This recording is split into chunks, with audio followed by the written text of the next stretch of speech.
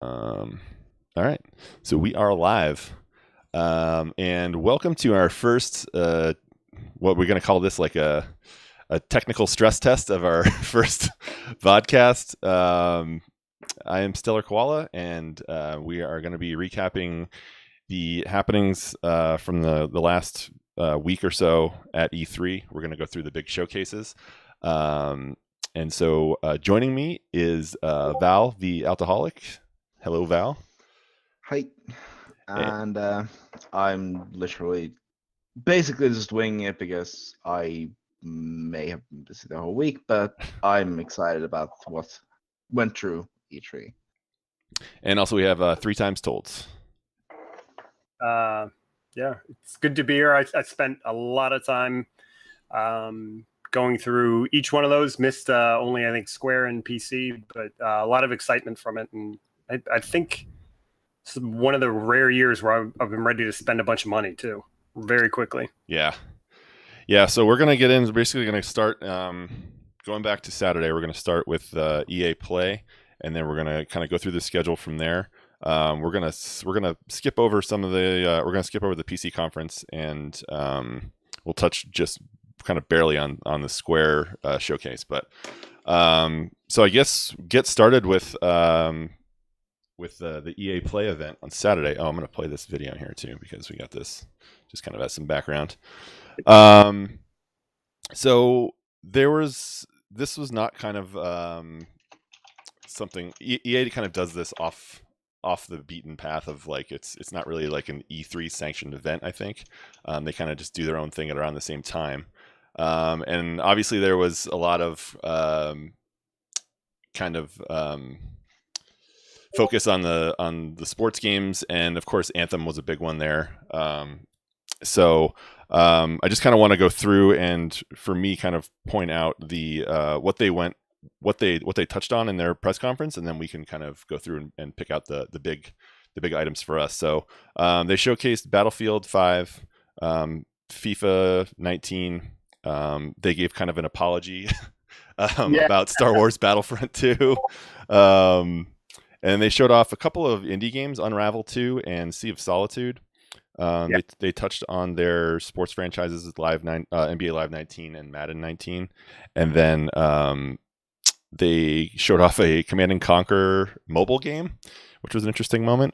And then they wrapped it up with Anthem, which is their kind of big showstopper from last year that we were also hyped about at the end of the Xbox show last year. So I kind of just want to open up to you guys and what kind of jumped out at you from the EA conference, other than Anthem. We can kind of get into that afterwards. But anything other than Anthem that you guys that piqued your interest?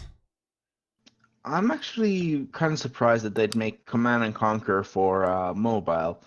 I've seen very mixed stuff about it with being around people who have played the original games. So I'm interested how they're gonna actually make it happen. Yeah, that was a kind of an interesting moment in the. It was. It was weird because they started bringing it out and they said it's a mobile game, and then I could see, because I played way too much Command and Conquer, I could see the logos that when they were bringing the people out, one of them flipped over. I go, "Oh, that's Command and Conquer." Mentioned it, and then I start watching what they're doing, and you can see the Tiberian factories, or like all that stuff, and I was like, "This is Command and Conquer. Why didn't they just do it as a PC game? I would totally buy it as a PC game. I don't want to play it on a mobile game." Yeah. Yeah, that was really kind of a weird moment. I thought, like, the EA conference in general was really up and down. Like, I thought the presentation was pretty good, and the host she was doing her best to kind of like try to engage people, like the audience and the viewers and the people that they had on stage. But the devs they had were kind of awkward, and that moment, especially with the Command and Conquer mobile game, was really weird. To bring out those streamers, and they had like people commentating on what was going on, and nobody knew what they were talking about. Yeah, and they didn't even mention the name of the game until the whole like thing was over. Right, and you almost feel like if they mentioned it was Command and Conquer, people would have perked up and said, "Oh, it's Command and Conquer," and cared a little bit more. But it was awkward from when they started talking about FIFA, right? And they said, "Oh, it's available now. You can get this now." Dead silence. They're like, "Oh, here's the date for FIFA. Everybody's like, yeah, we don't care. Like the people that are there care about sports games, maybe a little bit, or maybe care about FIFA just a touch, but they're not there to see FIFA. They were there to see everything else. Right.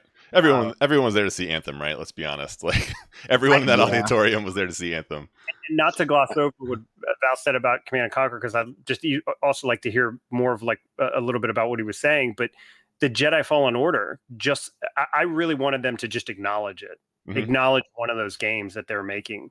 And it sounds weird to have 60 seconds of somebody talking about it to say, okay, I got enough, but I got enough to say, okay, they acknowledge they're making it. Now, do I think they can hit that holiday 2019 date? No.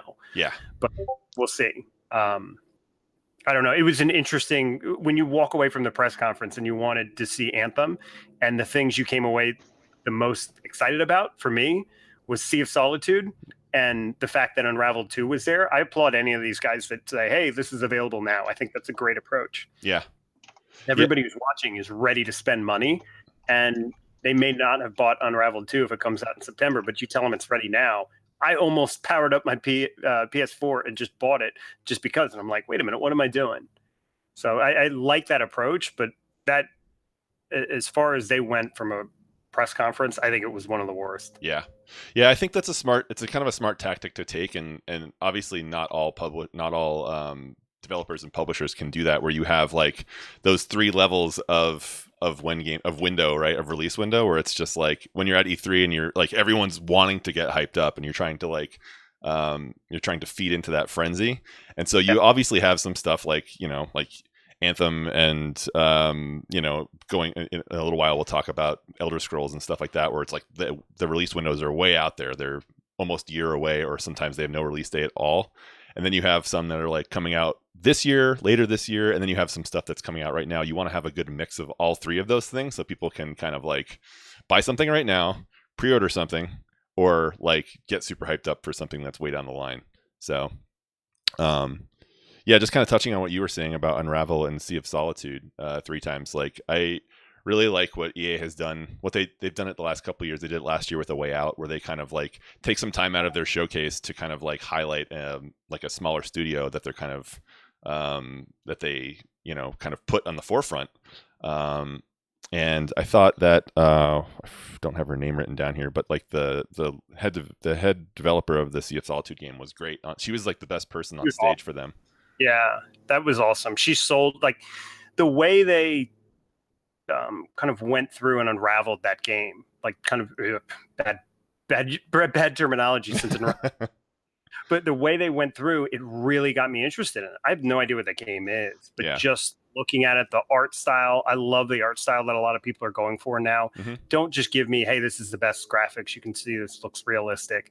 You can have more play with it when you do these a little bit different art styles, and it's very interesting. So yeah, they did a good job presenting that, and it seemed like a lot of people went through and touched on smaller developers. I know Xbox did it. A couple other press conferences to say, hey, we're trying to get some of these smaller developers to keep building stuff, and that's where a lot of people are spending money. Not everybody wants to spend a $60 game, and when you can get them on PC for $15, $10 and even free. Right, and a lot of times those games are. I mean, there's more. I feel like sometimes there's more care put into those games. There's a more personal connection with like the people who are creating it. It's like I call it like games as art, and it is like games like Sea of Solitude are kind of like art pieces almost, where it's like this is almost like somebody wrote a book. It's the equivalent to that, and you're kind of like partaking in a piece of this person's life that they're kind of presenting. They're sharing it with you. So it has kind of that personal connection, and usually they're like they're easier to get into. They're cheaper experiences. You can get them on multiple platforms and that sort of thing. So I like that. I think the indie scene is great right now across all platforms. So it's good but it is good to see like these giants kind of highlighting their indie studios. So yeah, and it's good that they got to get on stage too. Yeah, really. Exactly. You kind of get to introduce yourself to the world.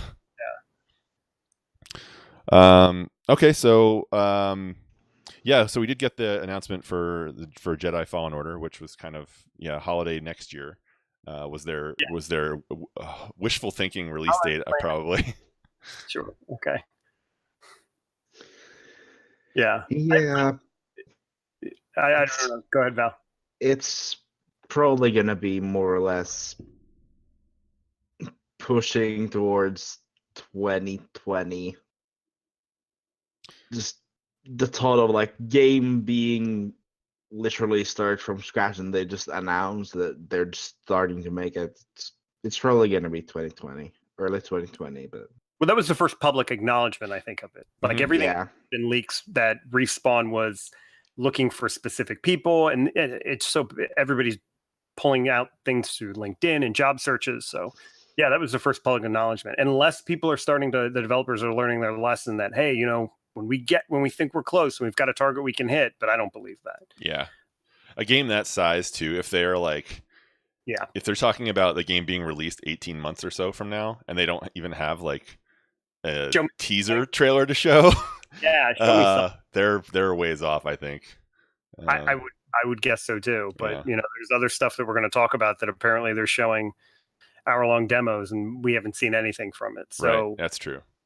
I guess certain developers operate differently, but do I think that if EA had something that they really think would be ready in 18 months, I think they would show it. Absolutely, especially when you think about, let's go back to Command and Conquer. Like, they spent 5 minutes on a mobile game. Yeah, whereas they could have shown a 30-second trailer for Jedi would have probably stolen the show for them. Oh, I think it would have. Yeah. I think if just hearing the music and just having that drop, if you're going to go through the trouble of announcing the game verbally, I'm really kind of shocked they didn't do something like those placeholder JPEGs that, like Elder Scrolls did, and some of the stuff that Bethesda did with 2 of their great games that they didn't even give a timeline for. Right. Yeah. So it's very interesting. I think sometimes the business tactics, the strategy, the planning, it's interesting to watch how these different companies attack it as ways to kind of quote unquote get you hyped about it or sell the game. Right. Yeah. You kind of, somebody made that decision, right? To kind of like, well, it feels like it was almost a last minute decision to like have him in the audience and do that quick little interview. Yeah. I think we have to do something. We have to acknowledge it, but it was, I don't know. It was awkward. Again, it was another awkward moment from this showcase that was kind of weird. Yeah. So, all right. Let's move on, but first let's talk about Anthem. So, they had kind of a big, a fairly in-depth reveal. So they showed another gameplay demo, another trailer, and then they had four? Was it 4? Yeah, they had 3 developers on stage, and they had kind of a Q&A with the host of the show. And so, just kind of, did you guys, if you guys watched it, like, what was your, or what have you? Let's kind of take it on the global view. So, like, your impressions of the actual reveal on stage, and then like anything else you've heard after that, as far as people seeing the the firsthand stuff. Yeah, I'm curious on how they're gonna, or just in general, like how the game will turn out. The hype is real, realistically. So I'm just curious if they can match that hype. Yeah. I think how I pulled all that stuff back was looking at it and just saying, all right, I wanted more from that trailer that they showed. It looked to me just like a longer version of what they showed us before. Great. That was, last year, it was kind of the same thing. It was like, here's a static event. We're going to show you 3 other javelins. The editing was kind of weird. It was jarring. It was cutting back and forth from different stuff. I understand what they were trying to do, but if you go back and look, you had to watch probably about 40 minutes worth of interviews from 3 separate venues to get all the information that you needed to hear, or at least I wanted to hear, right? Are we leaning towards an RPG? How much of it is story? Give me some of the lore. Tell me what's going on. Like, what's the difference between all these different javelins and mechs and things? I think that they're oddly trying to not make mistakes that other people have made, where it's just like they're trying to keep the hype a little bit lower, which is very odd. And they were trying to just be like very like reserved in what they showed. They're like, here's the game, kind of look at it. And then you look at Twitter and everybody's just like, this is the worst thing ever. And then even I said there's a missed opportunity for them. And I go back and watch all the interviews and I go, okay, now I understand what they're trying to do, but it just seemed weird. It really just was a weird presentation. A lot of the information I think people wanted that was in interviews. And it feels like it's a divided bunch of people. Like everybody's like, people that got hands on to the game say they love it. They say they love the way it controls. It's a little bit more slower. It's more deliberate. It may play more like the Division in that regard, and not like Destiny, and nowhere near Warframe. But we still are trying to figure out what it is, I guess. It'll be interesting. And Val's right. It's like when we get closer, the closer and closer we get, the hype is going to get like out of control for this game. And what is it going to be like on day 1 and week 2? Oh yeah. Well, I can already tell you, people are gonna like be super pissed. Like, there's just no way. Like, anytime a hype level reaches, I could tell what it was gonna be like last year. Actually, like after they showed, I was like, oh man, this looks amazing. Like, I'm super hyped for this game, and I am ready to be disappointed. Because like nothing can live up to that. Like, they're just not. We're not there yet. Like, developers aren't there yet. The technology's not there yet for like the amount of hype that this game. It didn't even promise it. It was kind of, some of that stuff was just people kind of like, it's a snowball effect of people getting each other hyped up, which is in some cases part of the fun of getting hyped up about a game. Yeah, that's nothing. But I agree with you. I think that, again, like going back to just this showcase kind of being a little bit feeling just kind of odd. There was we watched the whole thing, and we watched the interviews, and then even after that we immediately had questions, and then the developers were like on Twitter that afternoon, like answering all those questions and giving us like more information than we got actually during the press conference. The weirdest thing I've ever seen. Yeah, and they actually answered Twitter questions on stage too, which is so it's like they just chose the wrong questions. So I don't know. I'm kind of like, my hype level going into this was like one of the games I really wanted to. I knew I was going to see, that I really was interested in before the press conference started. Or before the whole E3 started. Yeah. So I was excited to get to that. This was like on the first day, the first show. Like we were immediately going to get our eyes on this game, and my hype level kind of like ratcheted down a little bit. I'm feeling a little bit more reserved now. As far as like what we're going to get out of this game. I don't think it's going to be like this giant kind of, everyone's kind of looking for that game that you can play forever, like you kind of consume you. And I'm not feeling that vibe right now from this game. It looks amazing. I'm going to get it. I'm going to play it, but I don't know. I'm not expecting it to be that thing that kind of owns my life for a while. Yeah. My hype level bottomed out after watching that, and then it returned back once they answered the questions. Yeah. But I've been in this perpetual state, and I'm sure that both of you are too, of over the last couple of years, marketing versus what has been delivered in gaming has been very far off. Yeah. So I look at what they're saying, and then I peel it back and say, well, what does that actually mean? Right. When everybody's like, oh, it's a living world, it's a living ecosystem, it'll adapt to your players, it'll adapt to this. Within what? Right. It's not going to be like these completely random dungeons like they've done on other scales, because it just doesn't seem like it'll work. So yeah, and adapting gameplay to your player choices is a common theme in the past 2 years with games. Things like Undertale, Mass Effect, Skyrim to some degree, and just it's been there for years. Nothing new. Right. Yeah, it's hard. I'm not saying it's not hard, but I'm just saying stop promising it. Yeah, and that's giving us things that you don't necessarily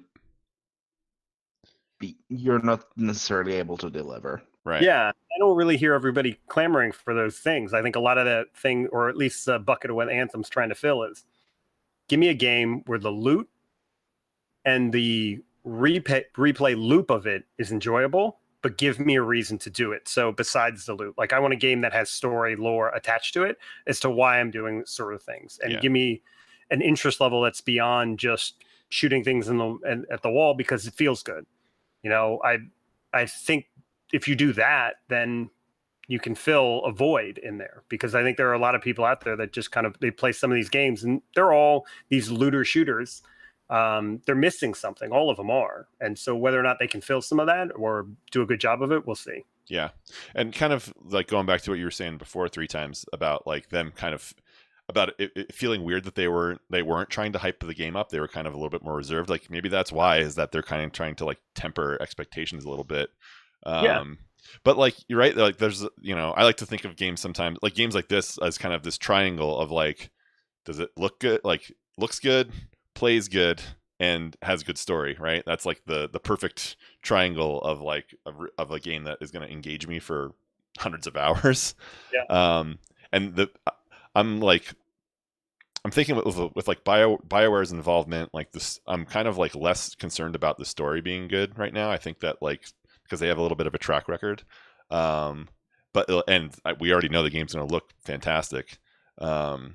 So is that it's the gameplay loop and the feel of like, I don't know, the third person and the different mech suits and the gunplay and all that stuff. Is it going to be satisfying? Is it going to click with me? And Yeah. that's kind of why I'm like interested in. I'm excited for them to announce a beta or an alpha or whatever, to get in there and kind of get my hands on it and see how it feels. Yeah. And even what you're showing now, which is like right below us, the concept art, they don't have that much out there. Yeah. And maybe that's a lesson learned from Destiny, where they showed all this concept art and everybody goes, "Where's the tigers? Where's my space tiger?" Still asking for. Yeah. I think there's a lot of good that at least I'm drawing out of this, which is I think they're realizing everybody else's mistakes and trying not to do that, from No Man's Sky, from Destiny, Yep. from the Division, from whatever else came before it, were these shared environments. Like they're trying to just say, hey, it'll be fine. Yeah. You take what you will, but we've given you just very amount of information. And if you go into GameStop in December and you haven't seen anything from Anthem, and somebody comes back to you and tells you it's amazing, you should get it, comes out in 2 months, you're probably going to get it anyway. So they probably know that. Yeah. It's a tough line to toe, because that leads to like, oh, that was a crappy press conference. Like, because I'm not excited because they weren't trying to get you excited. They're just kind of up there, like just kind of giving you some basic information. But they also need to look at, I'm sure they looked at pre-order numbers. Like what kind of pre-order numbers did they do after that? Mm-hmm. Curious. Yeah, it'll be interesting to see. So that one, they give a release date on it too. So it's February 22nd, which is the same date as everything else. It seems like we'll see that date was very common throughout E3, which was really surprising to me. I was like, are these people not talking to each other? Yes. Or are they talking to each other, wanting to pull the money from our pockets? Right, they're playing chicken. Yeah. But they're different dates, right? A lot of the ones on that February date are like Days Gone, Anthem. Yeah. There are a couple. They're very like, they're not the same games. It's not like 2 years ago when it was Titanfall, Call of Duty, Battlefield, like all slammed into like the same week or two. Week and a half window, and you're going, what are you doing? Yeah. I can't play 3 shooters at once. So it is weird though. I noticed that, and it just seemed like everybody kept doing that. So yeah, there's some metric out there that somebody found that says, hey, if you release a game on the week of February, it's all the post-Christmas hype is done. Right. There's no movies coming out. There's no sports on TV. It's like people are looking to consume. Get something, right? All right. And people are not going to be busy playing Kingdom Hearts 3, right? Breaking everything regarding that. Yeah, that one jumped the gun, right? That was January, I believe. Yeah, they. I think that's a good transition into Xbox too. So, Xbox did a good job. I think they had a good show. Me as a non-Xbox person was excited for them, but I think the one problem they were lacking is just games and dates. A lot of the stuff that they were coming up with, they're games for that are cross-platform, which isn't I'm not here to argue, you need to have exclusives to win or to do better, but they had an interesting show. It was just that running of trailers, and I although I like to see that, I can watch it on my own time. Talk to me about something a little bit more. But I know we saw Kingdom Hearts 3 different times, and I know Val's excited about that. I'm more than excited about that. Some closure to a thing that's been lasting over 10 years. Yes, please. Yeah. So, I mean, I have not played any Kingdom Hearts. So I look at that and I see a collection of different characters from different worlds. Like, what draws you into that? And so, like, everybody was getting really excited for Kingdom Hearts, and I'm sitting there going, I should probably do some research and figure out, should I be excited as well? How should I feel about it? For Kingdom Hearts, what got me into it is that I got a PlayStation as a birthday gift or as a Christmas gift, and I got Kingdom Hearts on that. And what took me years. It's the fact that Disney can be exciting, even as an adult. When you're playing a video game that's intertwined with Disney and Final Fantasy, and then there's all these characters, how they react to each other, how they communicate with each other, and I think the big thing about Kingdom Hearts 3 is the fact that it gives closure to a story that's been going through of around 10 games over 10 years, and just giving closure to it. They've been saying that it's the end of this saga of different Kingdom Hearts stuff. So, assumably, there will be continuation. But I think this is the closure that the people really, really want. Yeah, that was one of the games that online I've seen most people be like hyped about. And there was a lot to take in over the course of the showcases. I think, like, what were we saying beforehand? Like 3 or 4 times we got to see Kingdom Hearts footage, and it was like most of it was different. It was all different. Yeah, except for the Square showcase showed what Xbox showed, like the same trailer. Where I was like, that's weird. That is weird. I think Xbox might have stolen that from Square. Yeah. Thanks, Xbox. Right.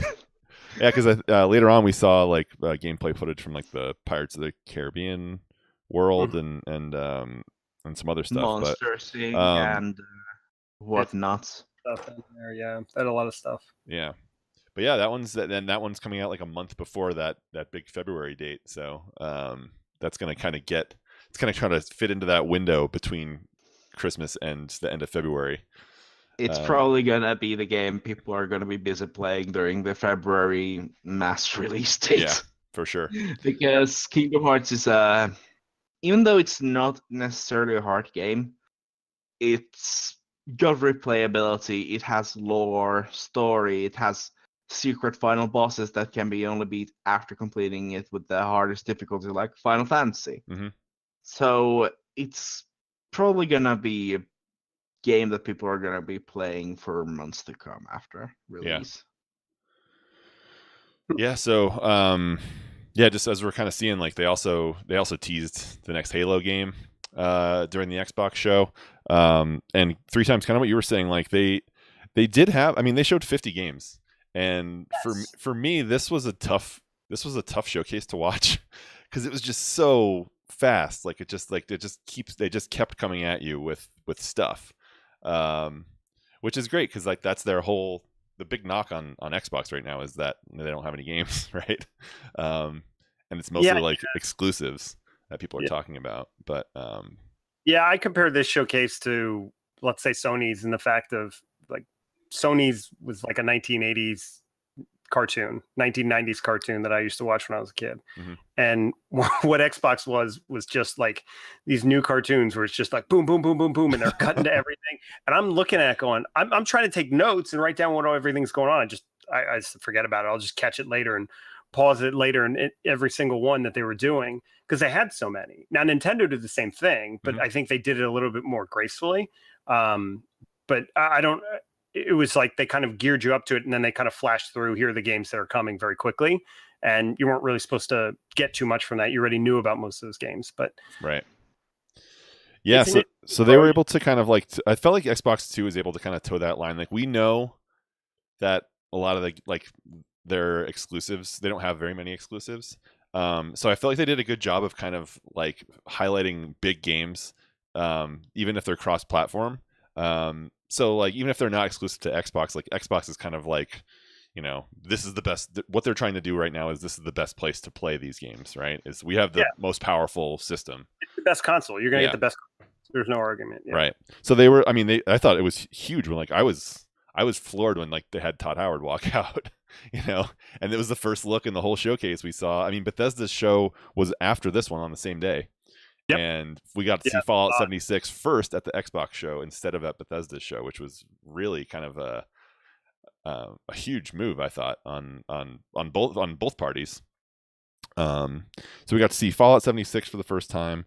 We got to see Kingdom Hearts for our first look at E3 was at the Xbox show. They also showed off Division 2 gameplay. They had a really a long gameplay session for Division 2. Yeah. And Crackdown. So that, and I mean, that's been one of their, and not to cut you off, but they're acknowledging, I think they were kind of just going through and saying like, hey, Crackdown exists. Here's some of the stuff for it. It gets delayed again, but wasn't that supposed to be a launch game? Yeah. Like that game's got some serious issues, I think. And you almost wonder if Terry Crews wasn't involved in it, if they would have just cut it by now. Yeah. I totally like. There's been so much money invested in it right now, and people are they just keep promising it that you can't just. At what point can you just cancel it? I think what they're trying to do is just try to ensure that it's gonna match the hype, but that tech doesn't exist. Right. And the honestly, hype has died down, so I just release a game already. I try not to speak poorly of games, because I know like everybody's got different tastes, but like in just kind of like seeing the gameplay of that game, I'm just like, I don't really see the appeal to like this game whenever they show Crackdown stuff. I'm just like, it doesn't look that good. The first one was fun to me. Was it? The first one was fun because it was, if I'm remembering correctly, it was just like there was no fall damage. There, like, you gracefully enter to being a superhero, and everything got super with you, and it was just entertaining. But they came out with a second one, and I go, okay, there's a second one, and now they were talking about a third one. I was like, did we really need this? Did we have that? Like, the first one was fun, but that's just kind of what it was. I don't know. God bless them for trying, but I think Val's right. It's just like, just release it already. Like, no matter what happens to it, it can't be, we're getting to the point of, what was it? Final Fantasy, the last Final Fantasy that came out, was that 15 or 15? Yeah. I mean, it took them 10 years. Just release it. And, I still enjoyed that game, but it's just at some point you're like, what are you guys doing? Unless there's major problems with the tech, because isn't it supposed to be like you can take down entire buildings and the way everything collapses? I mean, they haven't talked about that in years. Right. Which means that they're probably having problems with it. Yeah. So that's the problem. If that's the problem, take it out and then admit, hey, the building crashing doesn't work. But right. I think everybody just wants to destroy everything, which probably is true. But yeah. And that's generally the concept with any kind of an RPG with a open aspect. Things like Fallout and Skyrim had the big thing that you can literally massacre a town with basically zero consequence. Right. Just that's what we're looking for. Quick save, and when you're done, quick load back. That's the people love messing around with games like that, though. Like, that's the fun of those games. I love it. Yeah. But you're right. It was weird. They showed Metro Exodus, which I know a lot of people are excited about. The game always looks good. Yeah. Super dark. The lore in that game is good. I've never been that attracted to it. I tried playing the first one. I thought about going back, and maybe it was just a difference of what I was trying to, I don't know, that, you get in a mindset, you're like, no, I'm not ready for this game. But I think that was a good showing for them. I don't know, showing parts of Division 2, in my opinion, didn't show that well because of the chat that they were using, whatever they were doing. It's so awkward. What is this? I don't know. It's like, hello, children. Hello, cool kids. This is how you talk when you play video games. She's like, you don't talk like that. You scream, over to the left, to the left, to the left. Shoot him, you idiot. And she's, hey, there's someone to your left. Little help over here, please. Again, we're talking about graphics. Now, I'm assuming that was an Xbox One they were using on it, Xbox One X. One of the things I just remember is somebody dropping one of those seeker mines, and the way it ran through the water, just the water just shooting up from it. Everything looked nice. But the problem I've had with that game is the bullet spongy enemies. Yeah. And there's less mechanics behind them from most of them outside of the raids that they have. Or I guess they're adding raids. But Everything is just, hey, this guy's going to stand here, and you just unload 4 clips into him, and then he goes down. I know that's oversimplifying it, but after a while, that to me, I just kind of lost interest in it. Yep, and that's kind of the big gripe with Division, right? Is just the spongy, the bullet spongy bosses who are not like, they don't visually represent like, they're not wearing body armor or anything like that. It's just like a random dude that you can just pump bullets into and it doesn't die. Yeah. Guy's not wearing any body armor. I shoot him 5 times in the head with a right, and he's still walking around. It's hard to do that when it's an alien or something else, or it makes more. They have reasoning, right? Yeah, well, at least being an alien, being a non-human. Yeah. They probably take lead and other metals into their body with high impact just better. Right. We don't know how strong their skin is, and we just know how humans are. We can die from a single bullet to a head. Right. The high likelihood. Or even the chest and leg. 2 bullets is very likely to kill you if you get them to your head. 2 bullets pretty much ensures you're gonna die. Yeah. So. Yeah. All right. So let's see other stuff they mentioned here. So yeah, Metro Exodus 2. I had that on my list of games that kind of caught my interest. So I'm going to be keeping an eye on that one as well. Yeah. They obviously touched on like PUBG getting an update in the winter of this year. And then they kind of talked about, they showed off Shadow of the Tomb Raider, which which visually looks really good. And that one's coming out in September. And then at the end of the show, they did they had a little troll moment where they showed like the emblem for Gears, and then the crowd went nuts, and then it was actually like a Pop Games like Gears Pop that's coming out, and you could just like hear the people in the audience just be like, oh. Yeah, and then they actually announced the release, or that they're working on Gears 5. So but in between that, so when Gears Pop, so they show the Gears logo and everybody gets excited. Then it's Gears Pops. He saws through like the emblem, right, and comes out, and you go, it's just a pop figure. They're just going to show you some pop figures. Like you get a pop figure with the new Gears 5, right? That's what you get. No, it's a real game. Yeah. And then they're like, oh, and then they're like, wait, there's more. And then they're like, it's a Gears strategy game. Right, Gears Tactics, yeah. And then I was like, okay, cool. There's a Gears strategy game. And then they're like, okay, wait, now there's Gears 5. And it's like, no, okay, guys, you did that. You missed an opportunity. Like, yeah, they should have done that in the reverse order. They should have done that. Literally, I would test and say, hey, let's do this. And then just walk out on a Friday. And then you come back and the manager's like, hey, this guy liked marketing, loved your idea. Let's troll everybody and then do Gears 5. I was like, no, that's a bad idea. I was joking. Don't do that. Yeah, pretty much. It looks. I'm actually curious about the Battletoads thing. Like, yeah, that's right. They teased Battletoads. Like, they just showed a logo. Did you play that first one? No, but neither one. I wasn't. Oh, you mean the original one? The original. I wasn't born when Battletoads was a thing. Yeah, that game was freaking hard, man. Like that game was punishing. So punishing. Yeah. It was brutal. My brother and I were just like, the minute I saw that, I picked up my phone and just texted my brother. I was like, "There's a Battletoads game. Like, don't get it. Stay away." I think they missed an opportunity. Had they released it a few years back when the Souls hype was an actual thing, they probably would have benefited from it massively. Yeah, I think they might be trying to like kind of like piggyback on the success of Cuphead. Because Cuphead kind of is that side-scrolling like platformer kind of. That's pretty Souls difficult. It is. It's like it's really difficult game, but it's got kind of those cell shaded graphics and all that stuff. So maybe this is kind of an attempt to kind of play into that genre. I think maybe. I think it'll still succeed. I think people will pick it up. I know I'll probably just pick it up just to punish myself. Yeah, out of nostalgia, people will pick it up, and we're all gonna look at it, or I'm at least gonna watch somebody play. I was even thinking about it the other day. I was like, man, next time I see my brother, what if I can get it like on an old version of it and just sit down and crank through it. It was brutal. Yeah, I'm sure you can probably find it online somewhere. But yeah, that game was. I remember like I think a month ago or so on one of the Games Done Quick events that somebody was speed running it, and I was just like, this person must hate their life.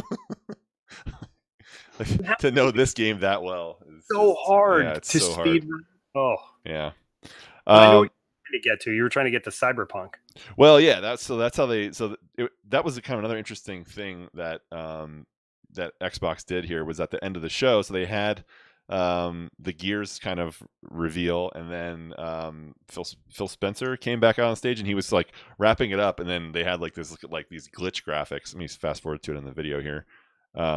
Like everything glitched out on screen, and they did a reveal of Cyberpunk. It was I think our first kind of look at at the world. So I don't really know if it showed any gameplay. It looked like it was all in engine though. There was it was the trailer was more GTA. It was more like a GTA type trailer where they're showing you the world and the different interactions people are having in it. Yeah. I think they were just trying to touch on a bunch of different things to just kind of say, hey, here's all the, it's quick hit. Here's the different social classes. Here's the different people in the world. Yeah. So that one got me super hyped up. That's one of my, like, skipping it. Spoiler alert to the end of this little podcast here is this is one of the ones that's on the top of my list. Yeah. Just based on like what we saw and then kind of like what I've heard from people afterwards. As far as like, I don't think I've read anybody who actually got hands on, but I have read people who watched other people play it. Basically, they were in the room during a closed door thing. I don't think anybody played it, but they showed a demo. Yeah, they showed an hour-long demo. Yep. And it's insane. Everything people are saying is working for me. Which some people were, like I was expecting it to be third person because The Witcher was third person. Mm-hmm. It is first person. There's a bunch of different interviews out there talking about in more detail of it. It looks good. The only thing that I heard that kind of made me like, I'll say very slightly disappointed was I'm hearing conflicting things of like, I don't know if people are talking about the trailer was very colorful. Mm-hmm. The world I kind of want, and usually I don't want a darker world, but I want a Blade Runner type world. Yeah. Give me a darker world with more neon lights, more like that. I love the Blade Runner world as a science fiction universe. That's probably one of my favorites. Yeah. It reminded me a little bit, and I'm trying not to make this sound like a bad thing, but it reminded me a little bit of, if you guys saw Ready Player One, of that aesthetic. Yeah, I've heard Ready Player One, and there was another Xbox game as well. But yeah, I mean, it makes sense. Yeah, totally. But it looks like it could be pretty special. There's no release date for that yet or anything, but I have a feeling we'll be seeing. It seems like they had a pretty good chunk of content at E3, so hopefully we'll be getting a release date here pretty soon.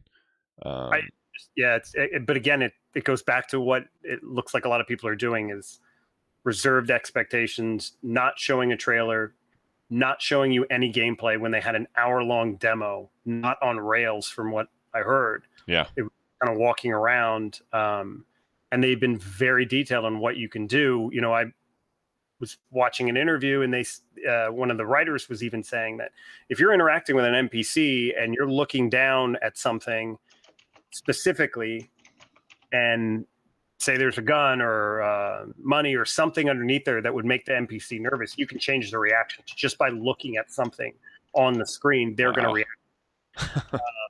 So they're saying all the right things and they're showing all the right things to everybody else. For me personally, I'm really almost kind of glad they're not showing it to me because, again, we keep talking about hype. My hype would be out the window, I think, if I saw it. Yeah. And maybe they're looking at that, whereas it's more of, let's not show everybody else. Let's show a select few people, not let them record it, tell them to give us our impressions because we're not far enough along in the development window where we can change things. And then just ask them without them knowing, just say like, hey, what do you guys think of this? Mm-hmm. What do you think is missing? And then they can adapt from it, which is, I don't know. I don't know when to expect that game, but I would be, I don't know. Just kind of based on what we're seeing and based on like feedback that I've read as far as like how the game feels and how it's put together and the size of everything, and that fact that it was like an hour-long demo, it wasn't just kind of like one level or something like that. I'm kind of expecting it before the end of next year. but I don't know. Maybe there's a lot more that needs to be done or what. But but I don't know. Yeah, an hour-long demo is a lot, but then again, I guess we don't know how big the game is and what they want it to be. And right. Exactly. Yeah. I would almost lean that way too. Okay. Yeah. So this trailer says game engine footage. So yeah, and you're showing some of the stuff right now, I think too. Yeah. Just the trailer. Yeah. Just this was the end of the Xbox conference that they showed. So yeah, this game looks like it's for me. I mean, I've been kind of looking for an RPG, a single player RPG to kind of throw myself into. Yeah. And I think they said it is single player, but they have not abandoned or removed the idea that there would be multiplayer in it. Right. So have you guys, everybody was so hyped about it initially, and I go, why is everybody hyped about it last year? And I forgot, and going back and looking at it, it's a pen and paper RPG. Mm-hmm. So the book, what was it, Cyberpunk 2020, right? Yeah, 2020. I totally forgot about that. Yep. Totally forgot about that. I'm sure I played that when I was younger. But I mean, it looks great. I mean, what they're showing in the world looks good. So yeah, high hopes for that one. I'm actually getting kind of hyped up about this game because I can see it's made by the same people who made Witcher.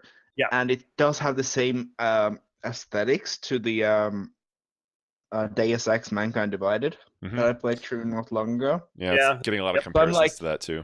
I'm like, I can see why people are hyped up. Because I'm getting kind of hyped up.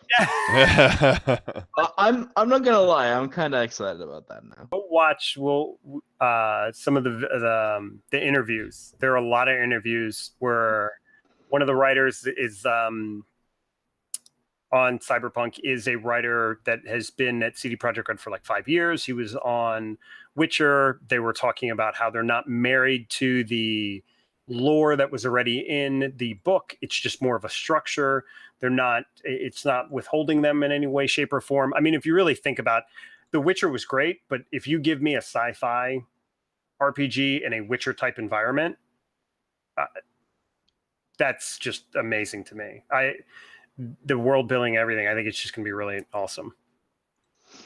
Yeah, that's part of the reason that people hyped up Witcher 3 over Skyrim, at least around where I live. Like, it's because the world looks more beautiful and less, in a way, less realistic.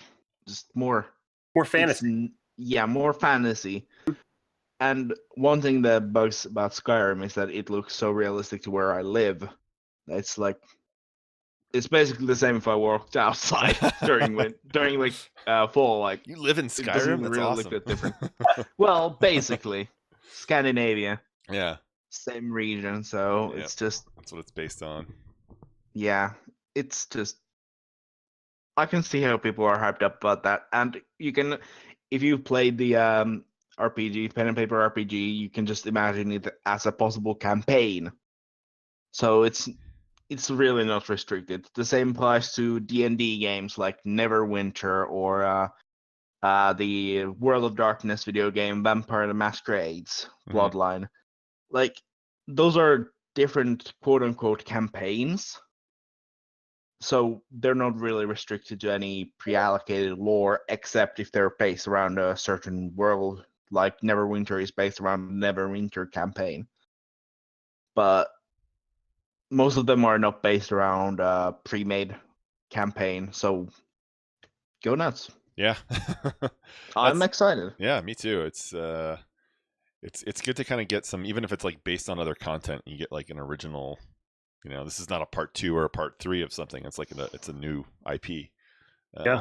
So there's a lot completely new world, completely new story. Yeah. Love it. Yeah. It's good, especially a game that size. Everyone can kind of explore it at the same time, and you can kind of really dump yourself into it and explore, in great detail. So, but I do want to kind of move on to the Bethesda show.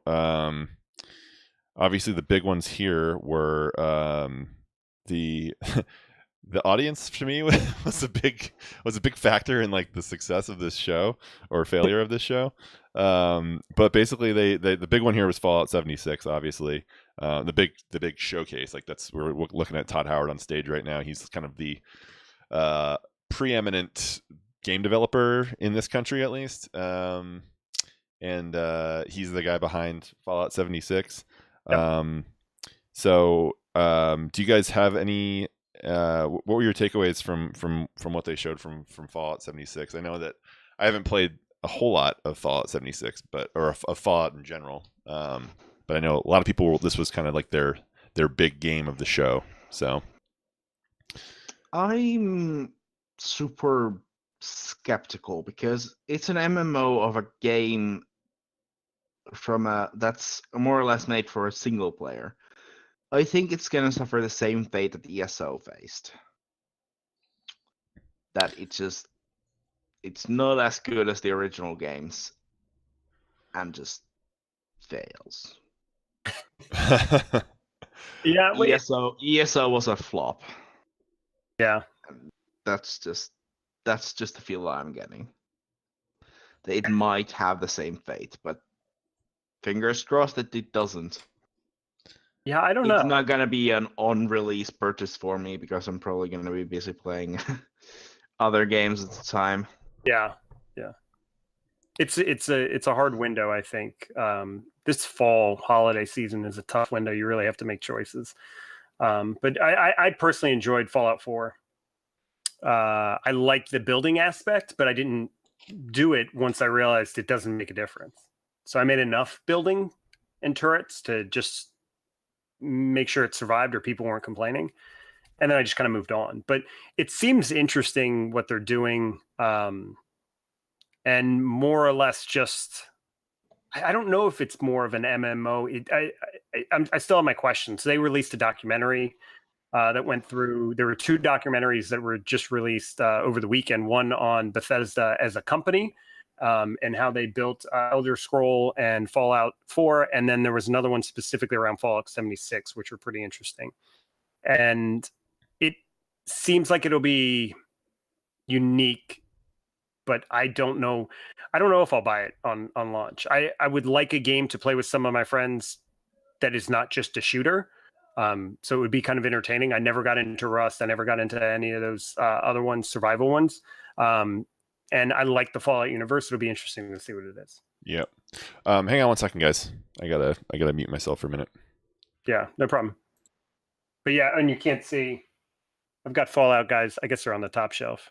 There's Donkey Kong. There's Yoshi. I think there's a Fallout guy right here. I have an actual case of Fallout 4, so I'm like stoked. Nah. Yeah. Well, so I'm stoked. they have. Did you see the release of? They did pre-order. It's the actual helmet, the armor. And I think I did hear something about it, but it's just because I'm helmet, which was funny. And I looked at it like, oh, that's cute. That's nice. And they're doing but why bother? Yeah, it's pretty much the same as with the Pip-Boy with Fallout 4, like collector's edition, limited that. Yeah, and they're doing the Pip-Boy again, but I think you don't need your cell phone for it. So I don't know. I think it was a fun concept that they made with Fallout 4 using a phone as a menu. Like, I actually enjoyed it as long as I had the actual Pip-Boy working proper. Like, I actually enjoyed it, but I used to use it for it, but it was a good touch that you could have something else in front of you, click through the menus without going into that menu system. Yeah, and it was, or especially because it could have been on your hand, like it would have made it so it was really like impactful and make it a lot more easy to in a burst of like combat to use a stim pack. Mm-hmm. If you didn't have for me, like I didn't have my current mouse back when I started, so I couldn't like instantly go click the stim pack hotkey. So I actually had to go to the menu if I didn't have my phone. Had to go to the menu, use a stim pack, and with a phone, it just became so much easier. Yep. Yeah. So if they're implementing a sort of a similar system, I'm excited how it's going to turn out, but I'm not holding my hopes up. I'm not holding mine up either. I'm more curious than I am sold on the idea. So we'll see. Yeah. My takeaway kind of I probably won't play Fallout 76. It's just kind of not a world that I get a lot of joy out of when I play Fallout games. But I am excited about the game as kind of a proof of concept for what they announced at the end of the show. If they can make this work for Fallout, this is on an old engine and kind of probably repurposing a lot of the same assets that they used for Fallout 3 and 4. But kind of instituting this new way to play the game. And if they can make that work, they can roll that into like their next generation titles with, when they like with Elder Scrolls 6 and Starfield. I think it could be really interesting, I think, if they can kind of make this their new RPG style. With I'm talking about the multiplayer aspect of it. Yeah. Or like a shared world. Or at least have like a possible co-op mechanism. So right. Have like a party of 5 and just be able to venture with 4 other friends. Yeah. Like that could be huge. Sort of a just have some sort of a like you can play with friends multiplayer, but not necessarily the MMO aspect where people literally can come and nuke your face in. Right. Which they will be able to do in Fallout. That's literally. That's something that I'm actually that's part of the reason why I'm really, really skeptical about it. That will lead to so much ganking and griefing that I'm like, nah. It'll be fun. It'll be fun to watch. It'll be fun to. It won't be fun to watch for me because I'm more or less the person who takes the side of the victim. Right. So it's not going to be as fun for me, but I do see how people can enjoy it. Like, if I'm doing it to NPCs, it's a whole different story than doing it to players. Like, totally. I actually feel sorry because they don't get to play the game. Yep. I saw somebody tweet that like it's just going to be like a bunch of 12-year-olds just nuking people. I guess what's going to turn into. Yep. Which is exactly true. I mean, maybe you'll be able to, I don't know, play on servers that don't have nukes or something like that. I have no idea, but or just be able to play like on a private server or something. Or you lose some sort of, reputation or something like that if you're a constant nuker. But I did kind of want to mention a couple other things about this show that they kind of snuck in at the end, which was Elder Scrolls Blades, which is kind of it's a cross-platform Elder Scrolls game. So they showed it off on a phone first, and then he mentioned at the end that like they're going to bring it to consoles and to PC, I think, and your progress is going to carry over onto all 3 or all platforms. So this is an Elder Scrolls character you'll be able to play and play. I agree. Like this is going to be, assuming it's the Blades of Oblivion. Mm-hmm. It's going to be something that's going to be really something that I'm excited about. If it's gonna be the blades from Skyrim, I'm not really happy about it. I didn't like how they went with blades on Skyrim. Yeah. What do you think because about? I don't imagine blades as a dragon slaying kind. I imagine blades as the protectors of the Emperor and the Empire as a whole, because of me playing Oblivion. Yeah. I think this one for me again is kind of more of like I'm interested more in the technical aspect of like doing this on a cross-platform, and you'll be able to play. I think it says you can play with. They said you can play with friends, so and they want to bring it to every device. So and it's going to be free. It's a free-to-play multiplayer cross-platform Elder Scrolls game, which is like the demo didn't really show well because it was like they were showing an iPhone on a giant screen. I thought it was cool though. It was, but it just kind of I think when he kind of displayed it on the screen, it kind of fell flat with again, this kind of goes back to the audience because I don't think they knew what they were looking at. If he had been like, underneath your seats, you've all got iPhones running this game, and everyone was able to like log in and play it, that would have been, or something like that. Like that would have been sweet. Or they brought people up on stage to play it together. It would have been awesome. You're right. but I guess they had it at the booth too. Yeah. But I was watching. There's a couple streamers. I watched this guy who's in Japan, so he was watching the Bethesda one live, not knowing, and he was like, "This is a joke, right? Yeah. This is a joke. They're not doing a mobile game." Because after watching them do the Amazon Skyrim is everywhere. Yeah. Skyrim's on Alexa. Then they go to a mobile game, and he's like, "They're not doing a mobile game." It's like, well, I guess they are. Yeah. I mean, it talks about something you were saying. Yeah, you go first. I was trying to say about the about the fact that they're making a closed cross-platform thing. Just it's gonna open up so many opportunities. People who can't afford a good PC to run the game properly, they can play on mobile and still play with friends on PC or on their Xbox. So it's stoked.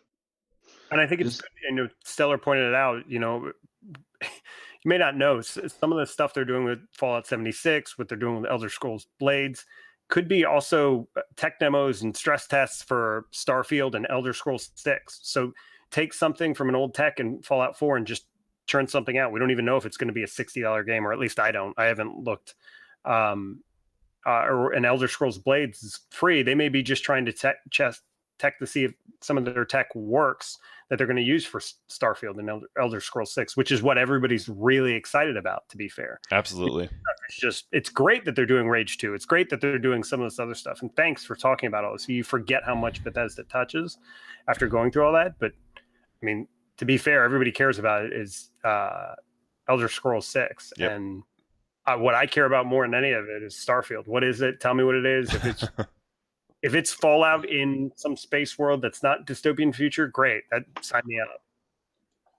Yeah, and that's I think that you're kind of hitting on the head there, and that's kind of my gut feeling with all this stuff is that the thing to be excited about for me is not like these games in particular, but it's like what they represent, like where Bethesda's looking to go in the future and the things they're trying to do, because they've never done stuff like this before. And like this Fallout thing, like maybe nobody's done what they're trying to do with Fallout 76. So they're really kind of trailblazing new ways to play games that they are experts in making. So it's exciting. It's exciting to see them kind of like doing new things, knowing, especially let's get into these teasers, that Starfield and Elder Scrolls 6 are like official now, right? Like they are at least they at least have a one person cutting video for the teaser trailer. Who knows what else they have? Oh, that's right. Starfield was a video. Yes, Elder Scrolls was more like a zoom in of something, right? With some text. Video. I don't even know if it was. It looked like a still that they zoomed in on. But either way, concept art, yeah. And that was the thing that like everybody, like Todd Howard touched on it. And he was just like, "This is what everybody wants, and here you go." I didn't think that they were going to show teasers for both of those games, but they did it back to back to kind of end their show. And those were the two. I think, even though they weren't as like the way they presented them was not as impressive as the way that Xbox kind of presented Cyberpunk. Like they were the two biggest, I think, mic drop moments of all the showcases, I think. Sure. To be fair, though, I would assume Cyberpunk is further along than both. Yeah, for sure. But I mean, it's the way that they kind of like they cut the lights and all that was kind of cool. It was a little bit more the way that Bethesda did it was a little more traditional. I see what you're saying. Yeah. That makes but still super hyped. Those games are like 1 and 2 on my hype meters right now. Yeah, it's like you almost need like a long term and a short term. Yeah. So they have both of my long term, meaning like I don't know when they come out, but really long term it's that Cyberpunk, Starfield. I'd be interested to see what Elder Scrolls becomes. I think it's good. I think we got a lot of short term and long term things to be hopeful for. Yep. Yeah, but that's kind of what we were going back to when we were talking about the EA show originally. Like Bethesda did a good job of having things that are on all three of those windows, like no release date, this year and a little bit later than this year. And then like right now you can, they announce like DLCs for Prey and Elder Scrolls Legends and all this other stuff. And download Quake Champions, please. Download it, please. Somebody play this, please. It still exists. Yep. Yeah, you got it for free with the ESO Humble Bundle. I'm like, Sure. The only game I played was It's ESO. just another game to put in the Yeah. backlog. Yeah. Yeah, it's probably going to be one of the games I'm never going to end up playing. And ESO is a game that it's just not fun on your own. It's not like WoW where you can just level up a million characters. No, you have limited characters. I'm like, damn it. All right, The so alcoholism inside me suffers greatly. all right, let's see here. Oh. So do we want to touch on the Square? I There mean- are a few things that we might as well touch. Sure. Things like the Shadow of Tomb Raider having gameplay video. We already touched on the Kingdom Hearts 3 Nier. Mm-hmm. Yeah, I just felt like that one. They kind of was like when it was over, I was like, oh, I literally think I saw every single one of these trailers already in the 3 showcases we saw before that. So that was kind of the disappointing thing, and there was no the biggest disappointment. So there was no Final Fantasy VII, and there was no Avengers game that they've been working. That they both of those games they teased last year, and Final Fantasy, I think they've teased 2 E3s in a row now, right? They've been mentioning and there was nothing this year. and Yeah, I'm like, yeah.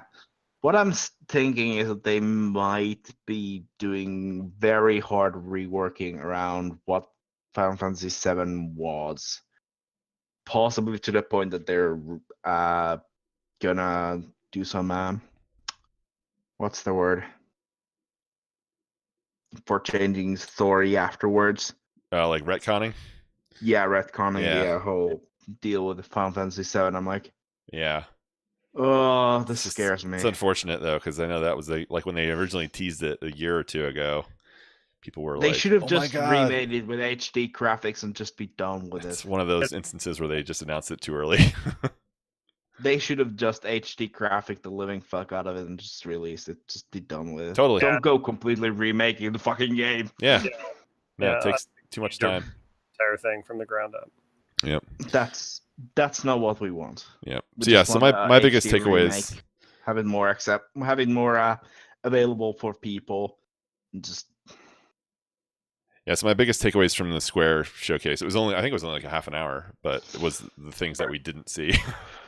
yeah, Because everything we saw there we had it seen other scares places us. pretty much. So and then Ubisoft was later that day, and I thought they had a pretty decent show actually. Like all the devs they brought on stage, I thought were really engaging. You could tell that they it felt like a very family atmosphere there. You know, like it felt like they were all invested in the games that they were talking about, and they were comfortable talking about them too. So which was not always the case in some of these other showcases. But the ones that kind of stood out for me, Beyond Good and Evil 2, Yes. Trials Rising, and Starlink actually was another one that looked kind of cool to me. But I did want to kind of touch on Beyond Good and Evil 2 first, because that was like the first game that they showed. Sure. And it just, I mean, first of all, the cinematics for all of these Ubisoft games were just jaw-dropping. I thought like they were really, really well done and really, really, really well put together. They had a Hollywood feel to them that really kind of like accentuated the hype factor. But this is a game that I thought was Beyond Good and Evil. I thought was 3 or 4 years off, and maybe it still is. Who knows? There's no release date on it yet or anything like that. But everything that I've they had a hands-on at E3, so I have followed some people who actually were able to play it and watch other people play it, and they're like, nope, this is a game. Like it's maybe not complete yet, but it's something that's playable. It's a large open world game, shared space. I heard somebody say, and again, like this is a loaded statement. But I heard somebody say that this is kind of the game that we all wanted No Man's Sky to be. So I don't know. I'm really, really optimistic about this title. I know they've been working on it for years already, so hopefully we're not too far away from getting a release. But it is kind of like it fits that kind of aesthetic of types of games that I like, and types of worlds that I want to like be in with when I'm gaming. Yeah. So I'm really excited to kind of see more about this going forward. Yeah. Yeah. It's gonna be something that's. I got the Beyond Good and Evil from the Ubisoft Christmas thing. Was it last or the Christmas before? Mhm. And I'm like, I kind of like this game, but I wish that the controls weren't as clunky. So if they do some sort of a story recap for 1 and 2, I'm interested in having that as my proper first installment to the series. Yeah. I mean, it looks nothing like the first one, right? It's like, Well, the first one was what, early 2000? yeah, It's last gen. 2002. Yeah. Maybe two generations ago. It was PlayStation 1 game originally. Yeah. So the word that they used, which I wouldn't have necessarily associated with it, one of the developers says space opera, and I said, "Great, you got me." Yep, that's Star Wars. Good. You said space opera. Sign me up. Yep. I'll watch it till it gets closer. The only thing I looked at it was, and what you were saying is how far along is it? My fear is that it drops like near something that is very similar to it, like Cyberpunk, or even later, maybe Starfield or something else, and it just gets lost in the shuffle. So I hope that doesn't occur. If it's a really good game, I hope they can find a window for it, or not forced into just cramming it out. Where it can succeed. Yeah. And hopefully find a release window where it doesn't get smushed between other games. So weird release dates would be like July or a midsummer, literally like end of June. Yeah. Like if they can release it around that time frame, like next year or the year after, yeah, I think people will play it. Yeah, who knows? I'm definitely looking forward to this one too. Find a weirder like release window for it and release it on that time frame, and just you have a good game there. Yeah. I'm excited. Yeah. What else did you guys? What else caught your eye from the Ubisoft show? Assassin's Creed Odyssey. Oh yeah. Oh boy. Oh boy. Call me excited because this is Sparta. Yeah, that one looked really good. I am not an Assassin's Creed fan. I don't like Assassin's Creed. I totally understand why people like it. It drives me bonkers. I don't know why. I've tried to play so many different kinds. I look at this Assassin's Creed and I go, maybe again, maybe this is it. I tried, I think one of the last ones, I got it for free. I was poking around in it and immediately I just go, nope, I'm done. I can't do this. It looks good. I like, just from a pure standpoint, it sounded like they were trying to go for more authenticity of like accents and people that look Greek, and giving it's not just the bland. I love the historical aspect that Assassin's Creed's taking. I respect them for that. I think it looks good.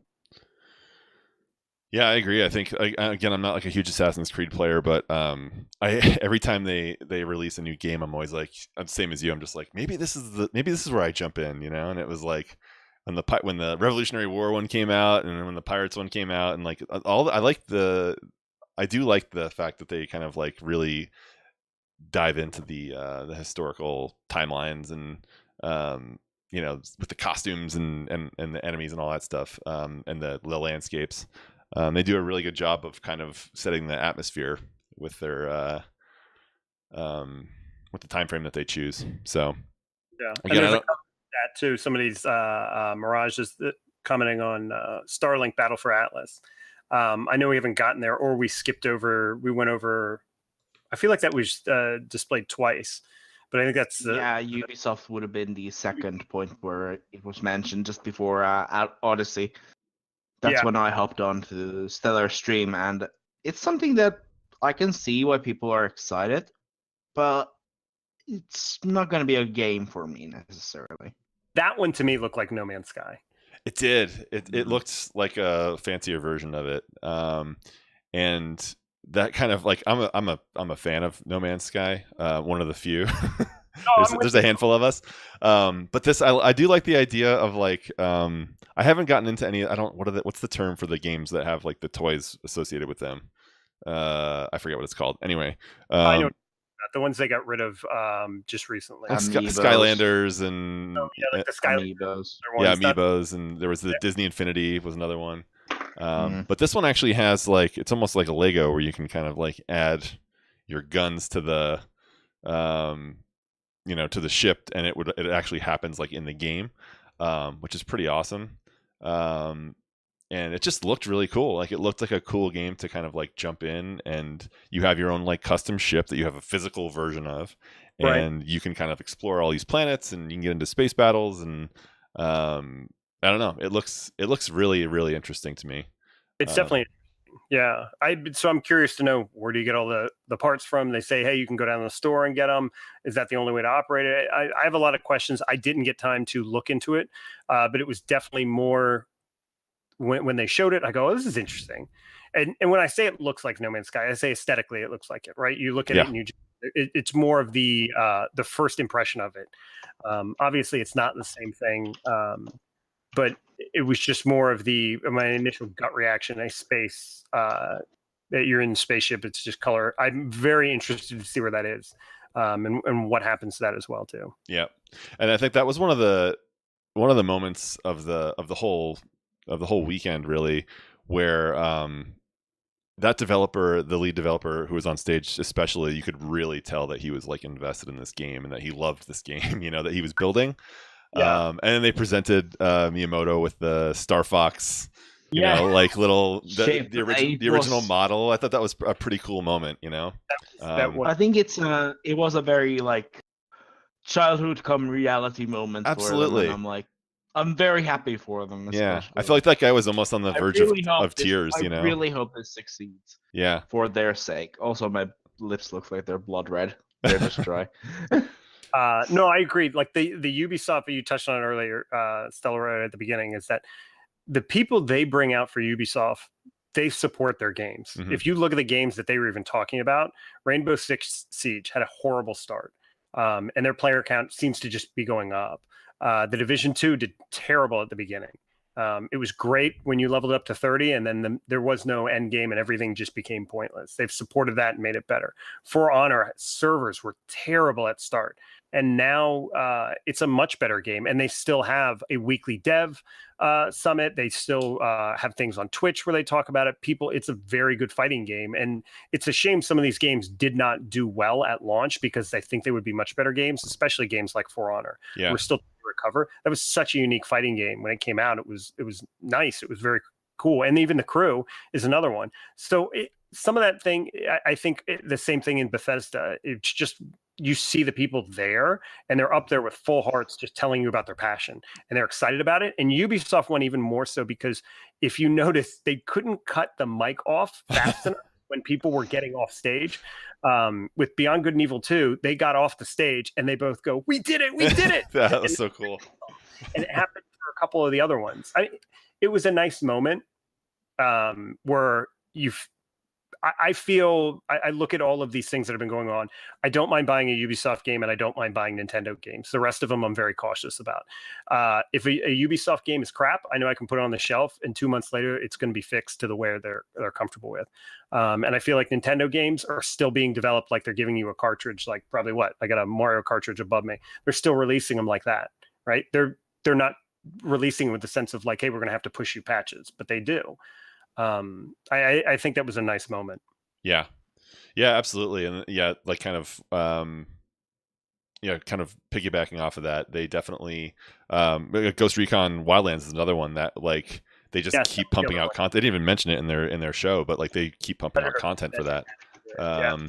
And I know that breeds kind of like loyalty, like you were saying, like you have brand loyalty to Ubisoft, because even if you're not 100% sure what you're going to get out of the box, that it's going to be supported going forward.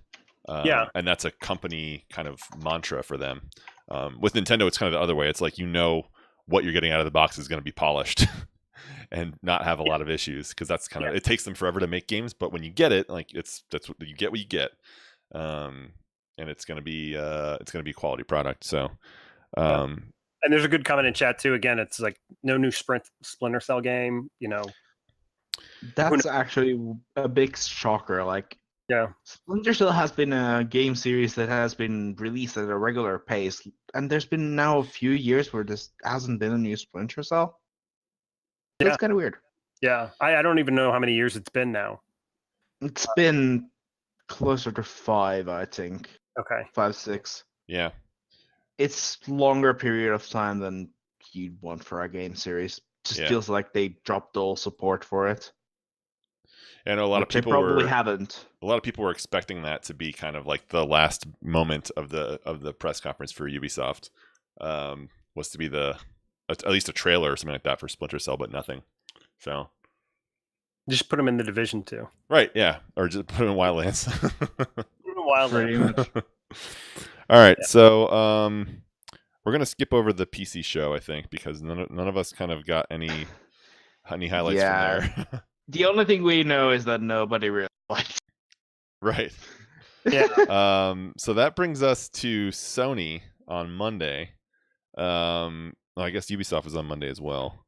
But Sony was the last one on Monday, and kind of the last live show of the weekend, because Nintendo was just a Nintendo Direct. It was a video. So this was an interesting one because they had 2 different venues for the show, and they kind of they built a church in a parking lot. Basically, afterwards they kind of showed how they did it all, but they built a church and then they built another like bigger venue with a giant screen and everything like that.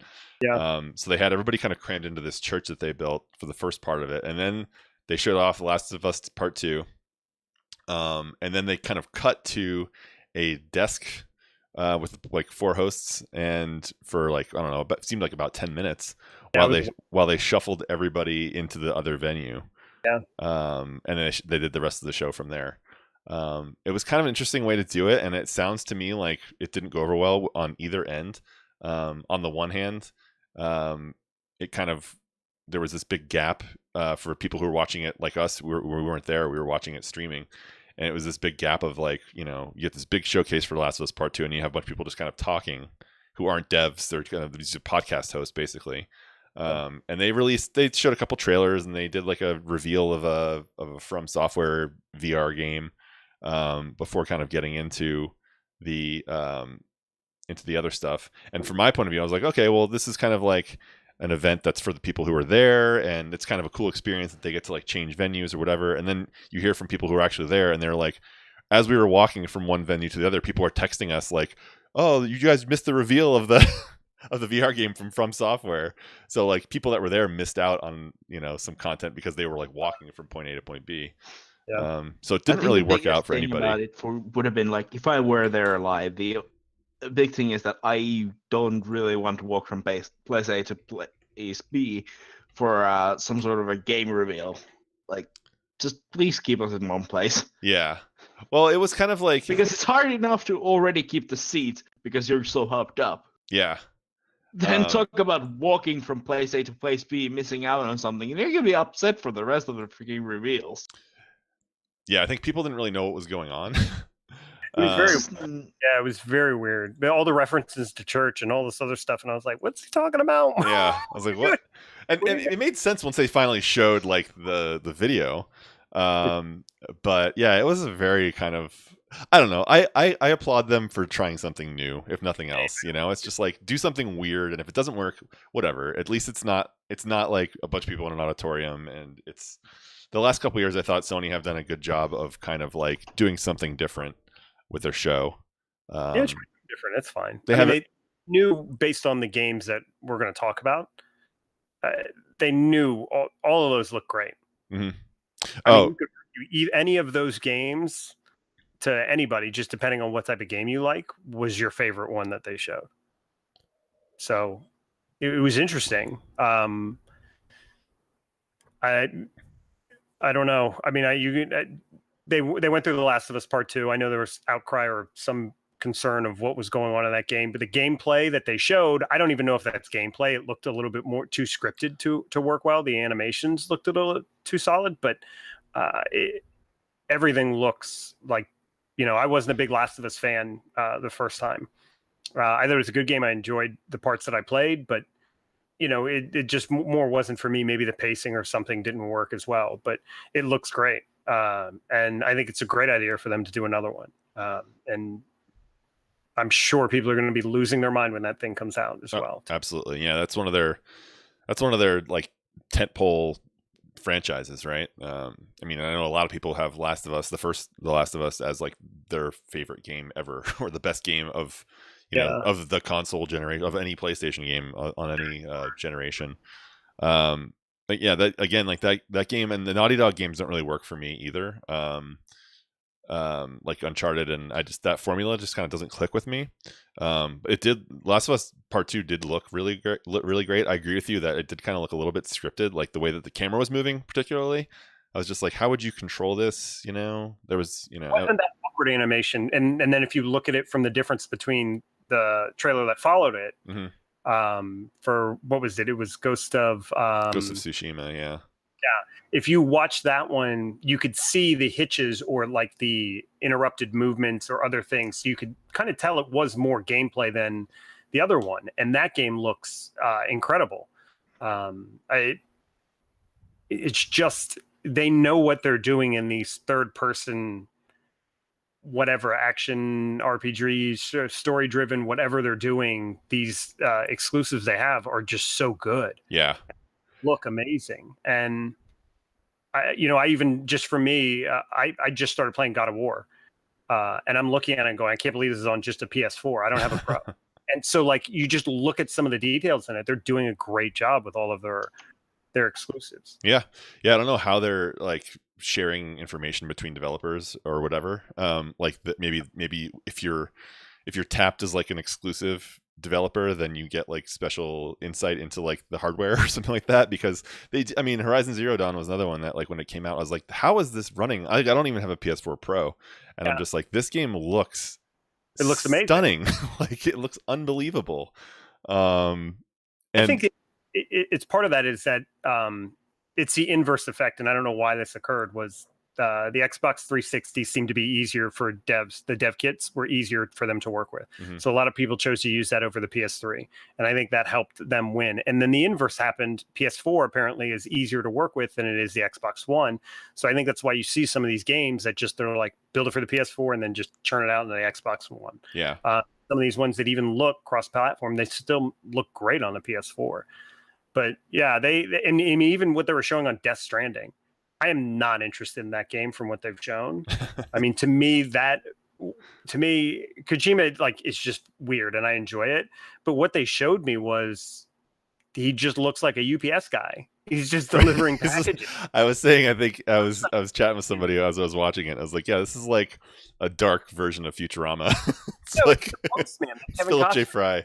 Yeah. It is. Just like, or Futurama. It's just like he even says, hey, I just deliver packages. And then it gets really weird. And you're like, what is this? And I saw interviews even beforehand where these guys were saying, they're like, the actors are saying, I don't even know what the game is. I don't know what we're doing. Yeah. I'm just doing what he tells me to do. And I was like, well, it'll be what it is when it comes out. And I think it'll be interesting. It'll definitely be something I'll watch somebody else stream. For sure. And then not even touch it, probably. Yeah, but I was gonna say the same thing. I was like, I would be interested in watching somebody else go through that experience. Yeah, but I don't know if I'm gonna do it on my own. Yeah. But I did want to talk about Ghost of Tsushima. I know we mentioned it before. That was the second game that they showed, and that one is like, of any game that I saw at E3, this one is like, I'm like 100% pre-ordering this game. It just looked so my style of game. And I don't know if you guys ever played. Did you guys ever play Tenchu Stealth Assassins on PS? I think it was PS1. No, but I've played through a few Stealth Assassin games after I played Dishonored. I've played a fair bit of stealth type characters on RPGs like Skyrim and Fallout, so it's like stealth games seem like my kind of jam. Yeah. So this one was on my radar like as of last year when I saw the trailer last year. So I was really excited to look at. This was like in my top 3 before the show started of like games I really have to make sure I'm in front of my computer when they show it. And I wasn't disappointed. I thought it looks just visually looks amazing. You know, and then to hear the developers talk about how it's going to be an open world, it's going to be one of those if you can see it, you can go there kind of games. So it's this whole island that was, you know, it's based on historical events of the Mongols, I think, invading Japan. And so basically this whole island of Tsushima is explorable. The combat is less kind of hack and slash button mashing and more based on like timing and power moves. So you're using like a samurai sword, and you know, as in real life, like you could kill someone with one blow from a samurai sword. So if you are timing your blows correctly, you can kind of. They showed one in one of these gameplay trailers. They showed it. The guy did it one time. But there's an element of stealth. There's like they showed a duel. I mean, they crammed all of this into a 15-minute showcase of the game, and it just like every single thing they did, the visual look of it, like everything they did, sold me on it. So this was one of my game of shows for sure. Yeah, and I think you got the trailer gonna start up in a Yeah. Right now it's going on. I'm like, I can see why it would be possible game of the show. And if I had a PS4, it would probably be an extra interest for me.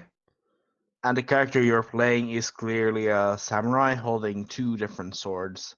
Yeah. As per samurais from Japanese history, they carry 2 swords. So, yeah, I'm interested to see where it goes. Hopefully, it succeeds well, and I get a extra reason to save money for a PS4. There you go. As if I needed more incentivizer than Kingdom Hearts 3. Right, we'll get the GoFundMe started. Basically, I gotta. Yeah. At this rate. Yeah. I'm with you though. I'm very excited to see where this goes. When we get a release date, it looks amazing. Yeah, it looks really good. So this was I'm very excited to kind of like sink my teeth into this one. This kind of looks like the same. I get the same feeling of this game as I got with like Horizon, of just kind of like, oh, I can't wait to like get into this world and explore it and see what my character can do. I enjoyed Horizon a lot. I know a lot of people didn't. Well, some people did. A lot of people did, or did enjoy it, and some people were kind of nitpicky of the world. I'm curious to see what this game has as far as like systems, like management. And there are parts of it where just watching the trailer, riding the horse through the grass, just the way the movement is, like what I think of traditional Japan. Just the leaves, the architecture, the sun. It was just awesome. Yeah, it's just like in this shot, you can see like the storm clouds on one side and then the sun on the other side of the island, just kind of like creating these interesting shadows. And it just looks beautiful. And again, like just kind of hearing people who were at the show, who got to see it played, or got their hands on it themselves. They were just like, they could not believe how like beautiful the game was. So here's coming up that he does like this one hit kill on this guy, and the devs were talking about how this is kind of like there's an audio cue, so they spent a lot of time watching like samurai movies, and there's like a lull in the music right before stuff like this happens. So there's an element of just kind of like hearing what's going on around you and being aware of like everything that's going on in the game, to the combat. So super excited for this one. Yep, I don't blame you. I think a lot of people are. Yeah. And then so we were talking about Death Stranding before. Any Val, did you watch the any of the footage for that one? No. Okay. Yeah, that one was. If it's gonna be anything like Subnautica, I'm kind of curious on what their take is. Yeah, it's gonna be high on every drug. And while you were playing Subnautica, maybe I don't know what to take on this. I don't know if anybody does it, but I'm with you. If it was not Kojima and it was just more of like, hey, it's a science fiction type environment, and it's just, I feel like if it's Kojima, I'm just going to end the game and be emotionally disturbed from all the babies in the weird scenes of babies like Babies. all over stuff and then floating people. It's just like, what? Yeah. I don't know. I don't know if I can handle that. I know. I think I mentioned it in a tweet that I had like really only 2 legitimate like laugh out loud moments when I was watching these showcases, and one of them was like when they started showing the guys crashing in the Trials, the dirt bike game for the Ubisoft show. I just like guys getting blown up and hitting like obstacles and going flying off their dirt bikes and stuff like that. And the other one was when like Norman Reedus's character has like this, I can't even show it on, but he's got like this this dark compartment, like a bubble. It's like a milk jug almost, like attached to the front of his body, and he like puts his hand on it and it lights up and there's like a baby inside. The baby like looks at the camera. I laughed out loud. I was just like, this is so weird. So weird. But it's normal Kojima. Totally. To be completely absurd and just be completely derp. Absolutely. It's so weird and so disturbing at the same time. And I'm gonna have to find it. I want to see it just because it's like, what happens when nobody tells Kojima no? It's right. Yeah, he's completely off the leash. Just never give Kojima full access to making his own games. He's unhinged, and it's funny. And I mean, you could probably run through that. Such ridiculous things. It's just not okay. I'm trying to find it here. Yeah, it's just weird. He really just looks like he's delivering packages, and they're like, okay, he's just going to be delivering packages, and that'll be it. And you know what? To be fair, we don't even know if this is going to be a game that's more like Detroit.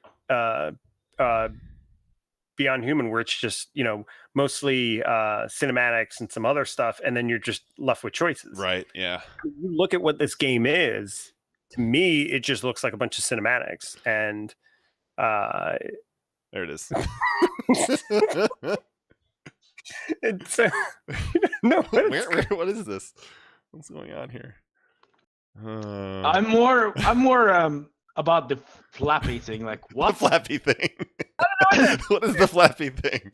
It's like, see the ghost. Like, here we go. This is the shot right here that I was like, "Wake up, baby! Hello." Oh man, yeah, I don't know. The baby winks again. Like, what is he like? What? It's just a bunch of sneaking around. Like, it's just I don't. Maybe it's Is it just kind of like? I think Kojima's place is a mental ward. don't get seen by the scary ghost or something like that. I don't know. Can we just put Kojima into mental ward and just be done with it? No, let him do stuff like this. We need people to do. We need more weird stuff like this out there. It's non-traditional. It's bizarre, and he's got like infinite budget. Like, let people like him let them go. Have Kojima at a mental ward doing this stuff? Because I really don't trust him at it's in the open. It's so weird. Yeah, it's so weird. But again, looking forward to watching people play it, and then maybe even playing it myself. But if there were basically 2 games that caught my attention from the Sony showcase, and one was Ghost, and the other one was actually Spider-Man, which was the last game they showed. And I was not planning on getting Spider-Man or playing it, but until I saw the gameplay that they showed, and it looks like a lot of fun. It looks like Batman. Yeah, you're Spider-Man, and some people that I got more were saying, "Hey, it looks like you're actually. It gives you more of the feeling of being Spider-Man." And I'm with you. I've one of my good friends. He loves Spider-Man, and he was just like, "Can't wait for Spider-Man. I don't know if I'm going to be able to play Destiny." And I said, "Oh, okay. Well, I don't know." And I like the Batman games, but those are the only superhero games I liked. Yeah. Short of like maybe Crackdown, the first one, or something else like along those lines. It's like, I don't know. But now watching this, you're right. I'm looking at it and going, I'm probably going to have to get this game, and I'm probably going to love it. That's the impression I get. I think it helps the Marvel Universe. Spider-Man they have now. What is his name? Tom, whatever his name is. Tom Holland. Yeah. Yes. does a good job of being a very good Spider-Man, makes Spider-Man more endearing to me. And now I'm like, you know what? No, I could do that. I could really be into doing another Spider-Man game like that, because it mixes two of the ones that I liked, which was the original Crackdown and Batman. So yeah. No, the thing that really impressed me about this was like the gameplay, and just kind of how fluid the whole thing felt. Like, and that's right. Like, if you're Spider-Man, you're basically like a super acrobat, and that needs to look and feel like seamless. It can't feel clunky at all. You have to feel, it has to feel fluid and quick and responsive. And they did I mean, if you watch this, they did a really good job of kind of like slowing down time when you need to do combos on people, but also kind of like, you know, bouncing around the room. It just looks really, it looks great. It looks like everything you'd want out of a Spider-Man game, out of any superhero It game. looks Really. like a beaten up game to me. Like a lot of like combo or things like where you see a combo bar is like a beat 'em up game. Yeah. A good example that I've been playing lately is like Okami. So I'm like, I can see why people are excited about it because it's a completely new take on that genre that really hasn't been around for years. Yeah. yeah. And you have that But whole as an evergreen genre, it deserves some new light. yeah. And this could easily be that. Well, I mean, another game that used that same, and I assume they're using the same kind of Batman engine, the Arkham engine, or takes on how to do that, was the Shadow of Mordor games. Yeah. The first one I played, that was supposed to be a Batman game that they just reskinned into Shadow of Mordor. That was amazingly fun. I love that And they game. kept giving you reasons to increase the combos and increase it and increase it and increase it, and it made it just more enjoyable. It was an awesome game. So now I'm thinking about it. I'm talking about it out loud. Yeah, I'm probably definitely going to get Spider-Man, because those types of games, although I didn't always love, more in recent, I have liked a lot of them. Yeah, and I think when done well too, like the you know, I played I think the first Batman game, and I was like, okay, I kind of get it. I don't even know if I finished it, but I wasn't like, the combo building thing really wasn't for me when I played it. And then I think I picked up Shadow of Mordor, the first one, like on sale at some point, and I started playing it one night, and I was just, and I didn't put it down until I beat the game. You know, well, that was the first game I almost platinumed, but the platinum restrictions are so insane. Yeah, it's such a good game. Yeah, it really is. Yeah, and so and games kind of like evolve and learn from each other over time. Like we're talking about, we were talking about Anthem before. You know, like the people developing Anthem are learning from the you know, the successes and failures of games like Destiny and The Division, and stuff like that. And I think it's even easier to perfect the formula in a single player experience, because you don't have to deal with like PvP, PvE, multiplayer, you know, balancing and all that stuff is way easier when you don't have people going against each other. But just, I mean, watching Spider-Man fly around this world, I think like right around this time in the video, like my kids came in and I was watching this, and they were just like, their faces were like up against the monitor, you know, they're basically drooling against the screen. Yeah, and I was just like, yeah, I'm probably gonna have to get this game and play with them. Looks like a childhood come true. Absolutely. In a video game. Total power fantasy. Even as a person who really did not watch or read, because there weren't any superhero comics where I live, as a person who's never been interested in any like superhero stuff, and the only superhero TV show that really was around was like Batman, the 90s series, I'm like, I could see why this would get me interested in Spider-Man. Yeah.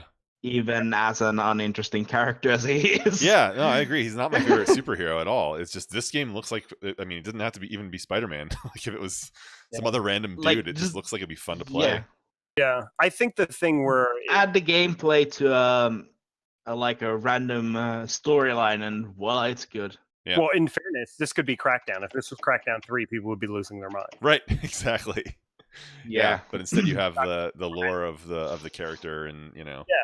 But I think the challenge, the only thing that'll come, the only negative I could see coming with the Spider-Man game is, does the Spider-Man dialogue, the humor, the character match what's out there, what we currently see Spider-Man as? The standards are much higher than what they used to be based on the movies. So right. It'll be interesting. I think it'll still be a great game. I'm definitely going to pick it up and play it. Yeah, me too. Yeah. I don't know if it'll be a day one thing, but I plan on playing it like shortly afterwards. You can watch. I'll play it for you. Yeah, here you go. I'm just hoping that it's not gonna suffer the same thing as the Arkham series had, which is that the games will have horrible bug issues. That was At least on PC launch. Like, I hope that doesn't go to that, and they just have a fixed version. Yeah, that was a lot on Yeah, PC. console. Yeah, that was unfortunate. I've heard even the developers talk about that afterwards. It doesn't. That's been a normal thing with Warner Bros. Games. Things like Mortal Kombat X still doesn't work well on PC. Yeah.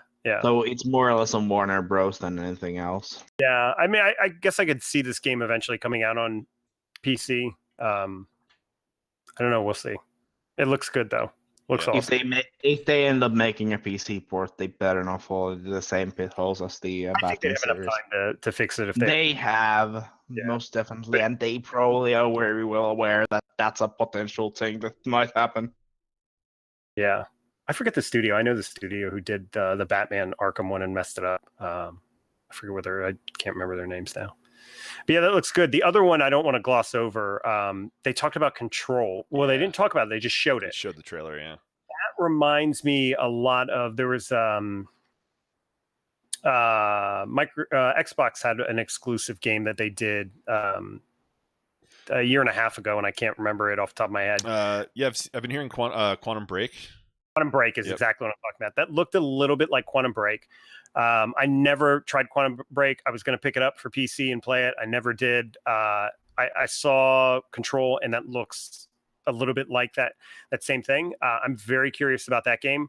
But again, you look at it again, and it's like, hey, they're doing third person, and and it looks like they're doing it well again, and they've got another exclusive for it. So it was very interesting to see that. And then also, I'm not a Resident Evil fan as much since I think the first one, whatever the one was on the original PlayStation was the last one I played. But again, the remake, it looks good, and I'm sure some people are probably interested in that as well too. So yeah, that was a pretty big reveal for Resident Evil fans, I think. Yeah, I don't think they had talked about that before, so I think that was good. Yep. That was kind of the one big surprise, I think. Like, Control was the surprise in that. Like, I had no idea even what it was, but I mean, of the existing properties, that was the kind of the only surprise that that Sony had in their conference. Yeah. And Neo 2, I think, was another one that was kind of a shocker that people weren't expecting. That they just kind of dropped that announcement right before Spider-Man. Yes. All right, so the final one we're going to talk about is the Nintendo show, which was on Tuesday. Yep. The granddaddy of all childhood memories. So again, this was kind of just like a half an hour, 45-minute showcase, a video showcase. So what grabbed your attention from this one? I know they spent a lot of time. They spent basically the last half of it talking about Smash Brothers. They spent a lot on. But was there anything outside of Smash that you guys want to talk about? I'm actually kind of surprised with how many games that are made for PC they're going to release on Switch. They're like basically showing that Nintendo is the only power that can even remotely compete against PC. Although years later, but things like Dark Souls, Paladins, and then Minecraft, Arena of Valor. Okay, Arena of Valor is a mobile game, and Fortnite, I'm like, how? Nintendo, how? Elaborate. This just proves that Nintendo isn't in their own league. Like, Sony and Xbox can compete amongst themselves. They can never match Nintendo.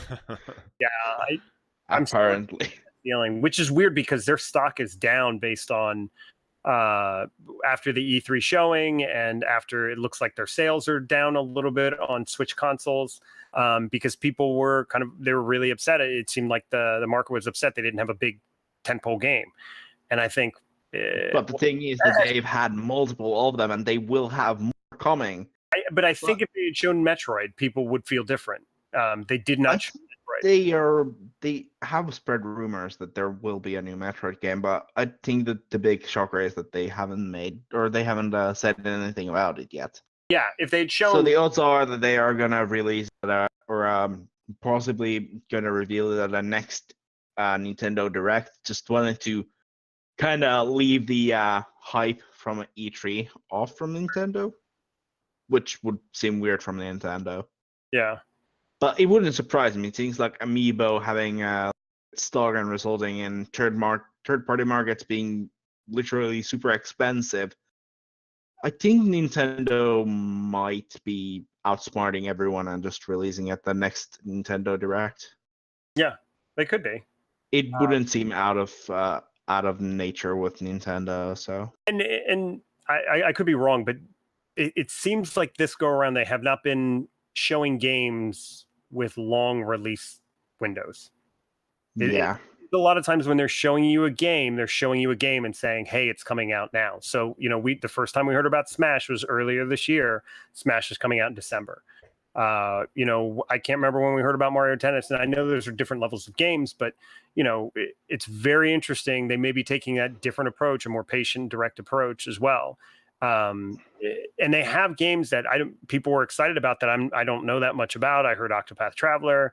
For me personally, for me and my family and my kids, Super Mario Party, that was something that I really started pumping my fist for immediately when I saw it, because I love those party games. I love those things. Those are things that I play with my wife, and she used to just kill me in some of these things. And it's good because it evens the playing ground for everybody. Sometimes you're good at one and terrible at the other. They didn't talk about the one that, obviously I was very interested in seeing Metroid. They talked about Smash. The other one that I know I'm getting that comes out next week is Mario Tennis Aces. I'm also excited for that because it seems more kind of a fighting game as well. So it's been a long time since the last tennis game, because if I'm not mistaken, the last Mario Tennis game was ironically the original one for Nintendo 64. So I'm like, I thought there was another one in there, but maybe I'm wrong. I didn't. There could have been. I think there's been 2 Striker games. Yeah, it was probably on the Wii U. That's why none of us. Yeah, nobody knows. Probably nobody knows. Nobody. The thing is that there have been 2 Striker games, both released between the original Mario Tennis and this one. Yeah. So I'm like, why didn't they make the tennis? Was the tennis not a success during N64 era? Because I have it and I still find it enjoyable. They've changed it. I mean, it's a different game. The Starlink game is another one that they added to. The Pokemon series. I've never played Pokemon. That's actually something that I'm more curious about, how they're gonna make it happen. Because people have been like, make a first-gen game with all the Pokemons from other gens. So I'm gonna be curious how they're gonna make this happen. If they're gonna make it happen like a remake of Pokemon Yellow, I might actually give myself a Nintendo Switch and getting the version. Yeah. Just so that I can have an Jolteon to go around, or a Vaporeon. That's just me, though. Yeah. I thought they did a good job. I think having games like Hollow Knight in there, Fortnite, people were excited for. Again, another conference where somebody's pulling out and saying it's ready now. Arc. Yeah, Arc is good. I mean, people seem to enjoy Just Dance. There's a lot of that stuff. Dragon Ball FighterZ. There's things in there for almost everybody. And for me personally, I keep looking at the way that it's not really related to E3, but Sony. The way Sony is treating people with their Fortnite accounts and their Epic accounts, where they can't, now that you can play Fortnite on the Switch, people are realizing their accounts that they tied with Epic and Sony cannot transfer over. So all the stuff, you can't share it. Now, if you had done it on an Xbox, you could. If you had done it on a PC, you could share it with your PC, your Xbox, and your Switch. And Sony basically had a tweet that came back out and said, too bad. You can play on your PS4 and share it with everybody else. Yeah, PS4 is just it's weird. Microsoft, when Microsoft was winning the console wars, they were telling everybody to piss off. Sony's doing it now. the way things are going, I'm at a point now where it's like that might be my last PS4 because I don't want to be in an environment like that again. I'm fine and happy getting a Switch because it offers different games. Nobody's making games like these, like the games they're making, and I'm fine keeping just a PC. You can still play the majority of the games that come out. So it really it's a very interesting statement. Sony's been. The next time they do a console, it wouldn't shock me if it again goes back to Microsoft and Xbox. Because I'm actually curious about one thing though. Going back to like console warring and Xbox. Xbox has the games on demand system that allows you to play some of the games on PC. Yeah.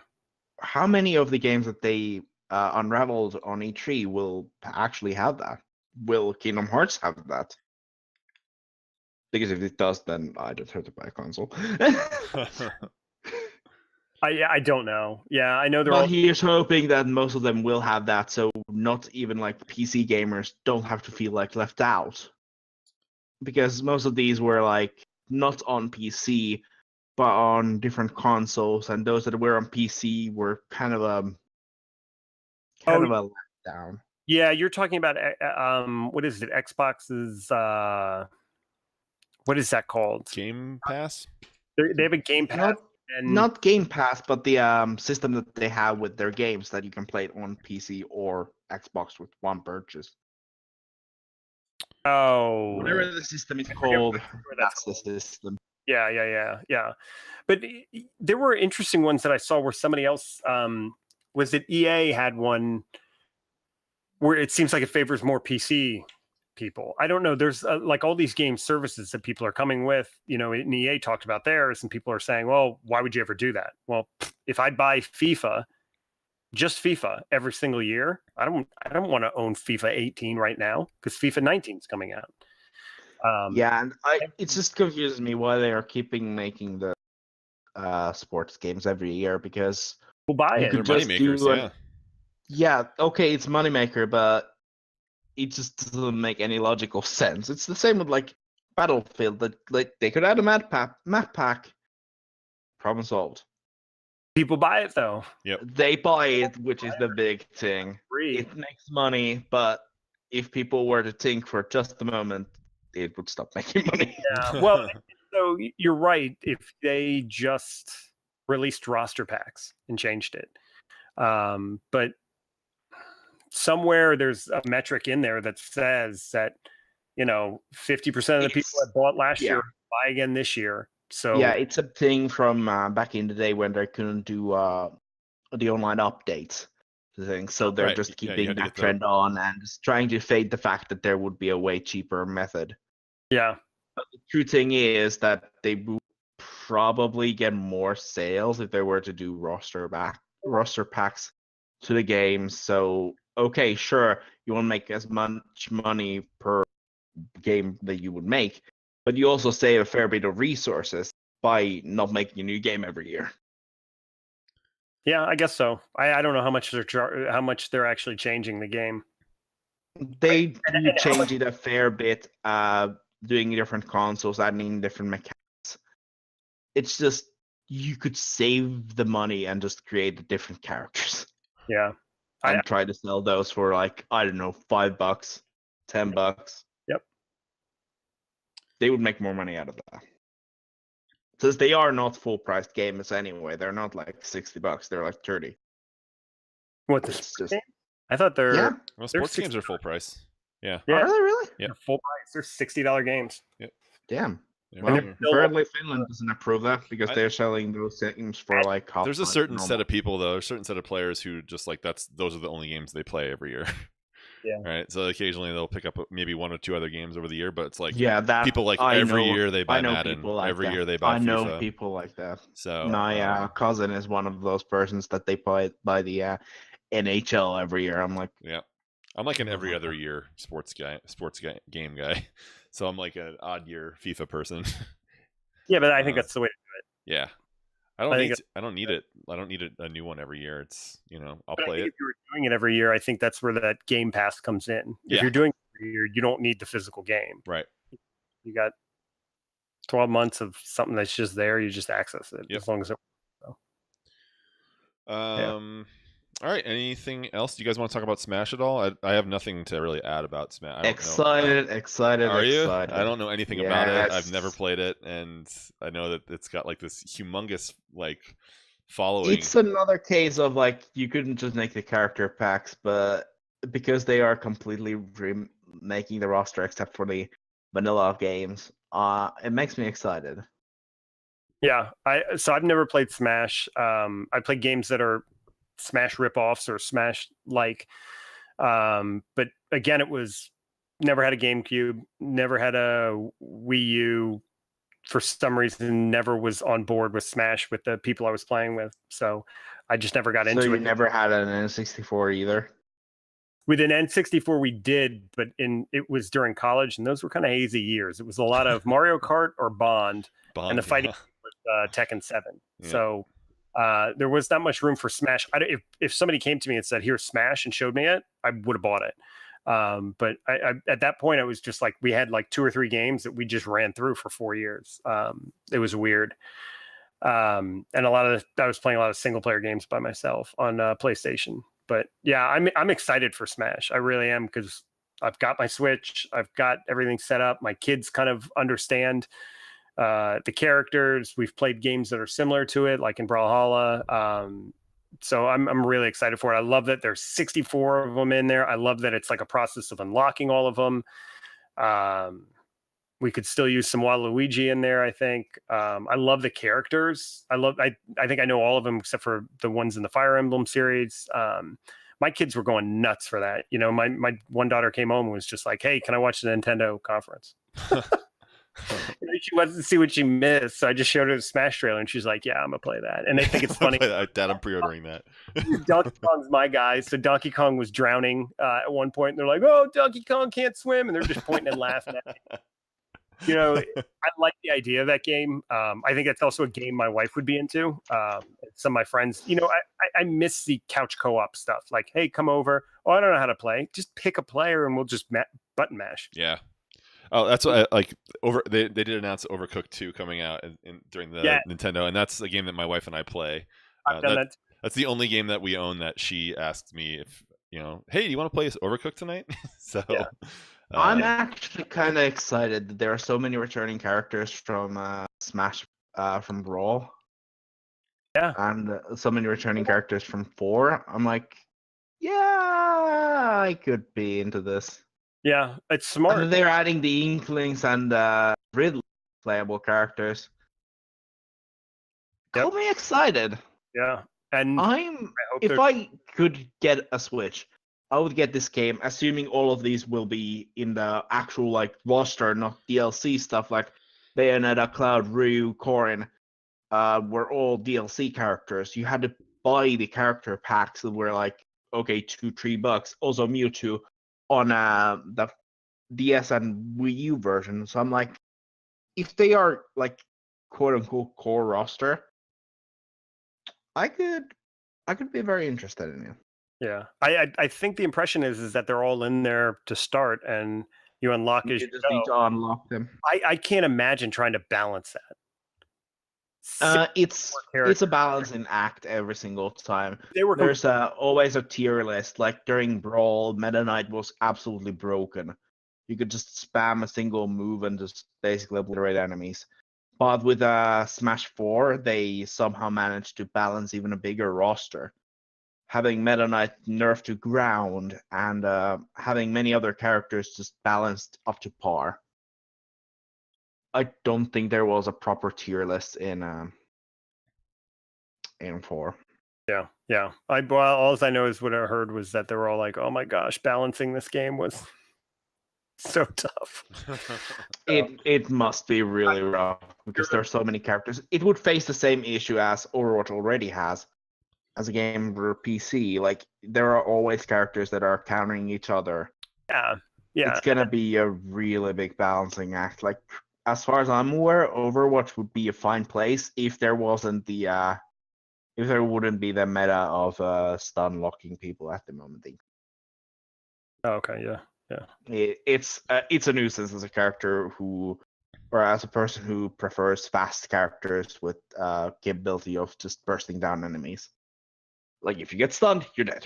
Yeah. All right, guys, let's try to wrap it up here. We're going on like 2 hours.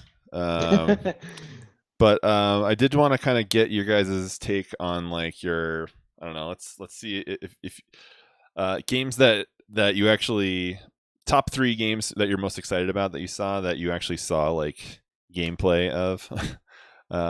So Starfield and Elder Scrolls don't count. Elder Scrolls is more or less everybody's hyped right, about, and that's everyone's sick number and one. tired of fucking Skyrim. No more Skyrim, please. So 3Times, you want to give us your like 3 that you're most excited about? Yeah, 2 or 3. So the ones that the one that I'm probably like the most excited about right now when we're talking about gameplay is probably between like Smash and Anthem. I kind of know what Smash is going to be. I'm excited to get my hands on it. It's like I know it's going to be good, so it's kind of fun to have a game that will be good, and something I can just kind of mess around with. Anthem, I'm just excited to hear more. I really want another game to play on my PC, just really kind of see if it turns out to be something I want it to be, with a little bit better lore, a little bit better grind than some of the other games that are out there. Those 2 were the ones that I looked at, but really the ones, it's sad. The ones I was almost more excited for, the ones that didn't have dates, that didn't have anything attached to it. It's Starfield, it's Ghost of Tsushima, Cyberpunk 2077, like Jedi the Fallen Order. Those are the ones where I'm like, okay, tell me more. Like, what are these games? I just want to know.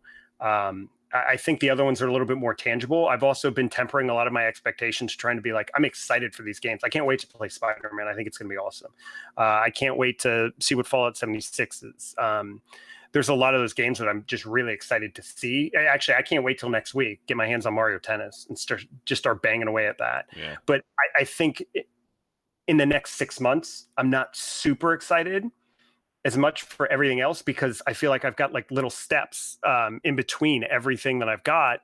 And I've got a new game I'm looking at every single, month almost, because I have, I'm going through God of War, I'm going through tennis, I'm going through all this stuff. And it's just, I feel like I'm set. Like I can wait till February for Anthem. I don't want it to come sooner.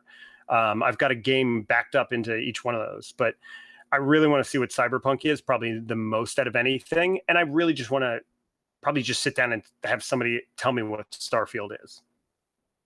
Yep. Val, what about you? I think the games that gameplay-wise I'm most interested in are definitely Smash. Possibly to some degree, or definitely or the Odyssey. Assassin's Creed Odyssey, and gameplay-wise, so I'd also put Ghost of Tsushima. And if games that I'm curious about more, Elder Scrolls 6, obviously. That's just given. Yeah. A game that I'm overall like putting Game of the Year, even though the game is not out, Kingdom Hearts 3. It's been way too long. I cannot. Game of the Year 2019. You heard it here first. Yeah, it Game of the Year, Game of the Show. I don't care. Kingdom Hearts 3. Even with I'm gonna be busy with WoW during fall because of the new expansion. So with having basically zero spoilers of that, I'm gonna be having a lot of fun story-wise, and Kingdom Hearts 3 giving the conclusion to an over 10-year series. I'm excited. Yeah. For me, it's Ghost of Tsushima. Again, I'm kind of in that same spot where like the 3 games I'm most excited about, or I'm most interested in, that got me the most excited, are none of them have release dates yet. So going into the show, it was Anthem, but Anthem kind of fell, lower into my top 10. So it's Ghost of Tsushima is number 1 for me now, because I think that one's probably the closest one to getting a release date. Mm-hmm. And I love that the aesthetic. I love that time period and that location, and I loved everything that I saw from the gameplay. So I'm really excited to kind of get more information on that one in the coming months. And then Cyberpunk, again, kind of based on the trailer, I thought was great. The introduction to the trailer was the best of the show, I think. The way that Xbox handled that, and then kind of hearing more about it afterwards, on Tuesday, Wednesday, and today, of people who actually got their hands on it or got to watch the playthrough of it. I just keep hearing more of these amazing like mashups. It's like, it's like all of these franchises that you love just kind of mashed together, and you can play it. So that one, and then and Beyond Good and Evil 2 really kind of snuck in there at the end, where it's just like the cinematic really kind of drew me. I know we didn't get to see a whole lot of gameplay. We saw some in on the Ubisoft show, but then the fact that, again, like more people, as the conference, as the expo kind of went on, more people were talking about the gameplay, and that it's actually like really good, and it looks amazing, and it kind of has this feel that, again, that's kind of like fits the kind of game that I like to play. Those three are the ones that I'm kind of most hype about right now. And then, of things that actually have a release date, like I'm interested to see more about Anthem as we get closer. Hopefully the EA and the developers learned from their kind of missteps in the last couple of days, how they're going to present this game to the public. Yeah. And then Spider-Man 2, I'm gonna get in there and play Spider-Man for sure. Yeah. So I mean, everything gets washed away with a free beta, right? For sure. Absolutely. Yeah. People stop the heels on it, and just lesson learned: don't give us too much, right? In a free beta, Yep. It just doesn't help. But yeah. So it's interesting. And then the things we didn't even see from it were, I mean, Destiny wasn't on the floor, and Red Dead Redemption wasn't on the floor as well. Yeah. I'm really excited for Red Dead Redemption. I'm a little less excited for Destiny. I'm the rare person that's been with that game since beta. I go through and look at 7 games that I'd almost rather play than another Destiny expansion now, which is weird. So yeah. Well, if we get talking about Destiny, we'll be here for another 2 hours. Hey man, but, we'll have to do it again before. No, before absolutely. I'm definitely like games this fall. I know we saw like a trailer for during the Sony show. We saw a new trailer for the Destiny expansion. Things didn't look like they were going too well for Cade in that one. And then so that one and Red Dead are going to be my 2 games that'll take me probably from the fall to the end of the year. Yes. Next year could be an expensive one for me as far as games go. I think this 6 months is probably going to be the most I've probably spent on games in a long time. Yeah. I'm looking at my list of 8 to 10 games that I probably expect I will get in the next between now and the end of February. Yeah. Yeah, it's gonna get pricey, and then I suspect, like kind of looking forward to next year's E3. I think there's a decent chance that we're gonna get a look at our next generation of consoles as well at the next E3. So I know, because everyone's kind of like hinting at it. I know we know everyone's working on it already, and we kind of heard from at least 3 big ones. Like Microsoft said they were working on they came out and said they were working on their next console. We know that Sony's working on theirs, and in the Bethesda show, Todd Howard didn't explicitly say they were for next generation, but he said the next generation of games. Yeah, so they are. I'm assuming that they're for next generation consoles, so we can assume that they have dev kits and they've got specs and all that stuff for what those games need to be. I really hope those games, and I maybe everybody already assumes, I really hope games like Starfield and Elder Scrolls are PC games as well. Yeah. Because getting to the next generation of console, developing for Xbox is probably the same as developing for a PC. Yep. At this point in time, I would rather things be Microsoft in PC exclusives than Sony exclusives, because I don't want any of that stuff locked behind limitations like that. Yeah. It'd be really nice to see those on a huge rig. Absolutely. And I think that consumers have maybe learned a lesson in this console generation as far as that goes, about how kind of cutthroat exclusivity can be, and how that can actually hurt people who want to play together. that don't have the same console. And that can hurt a game, that can hurt a console, that can hurt a friendship, that can kind of have repercussions. So I think that, just kind of Sony and Microsoft basically have to be really aware of how they're going to handle that in the next generation, as far as like how their exclusives how their consoles are going to play cross-platform, and how their exclusives are going to be, if they're going to be windowed. As far as like if they're going to come to PC at some point or whatever. So they almost got to make a deal up front, because whoever ends up winning never wants to do it. Right.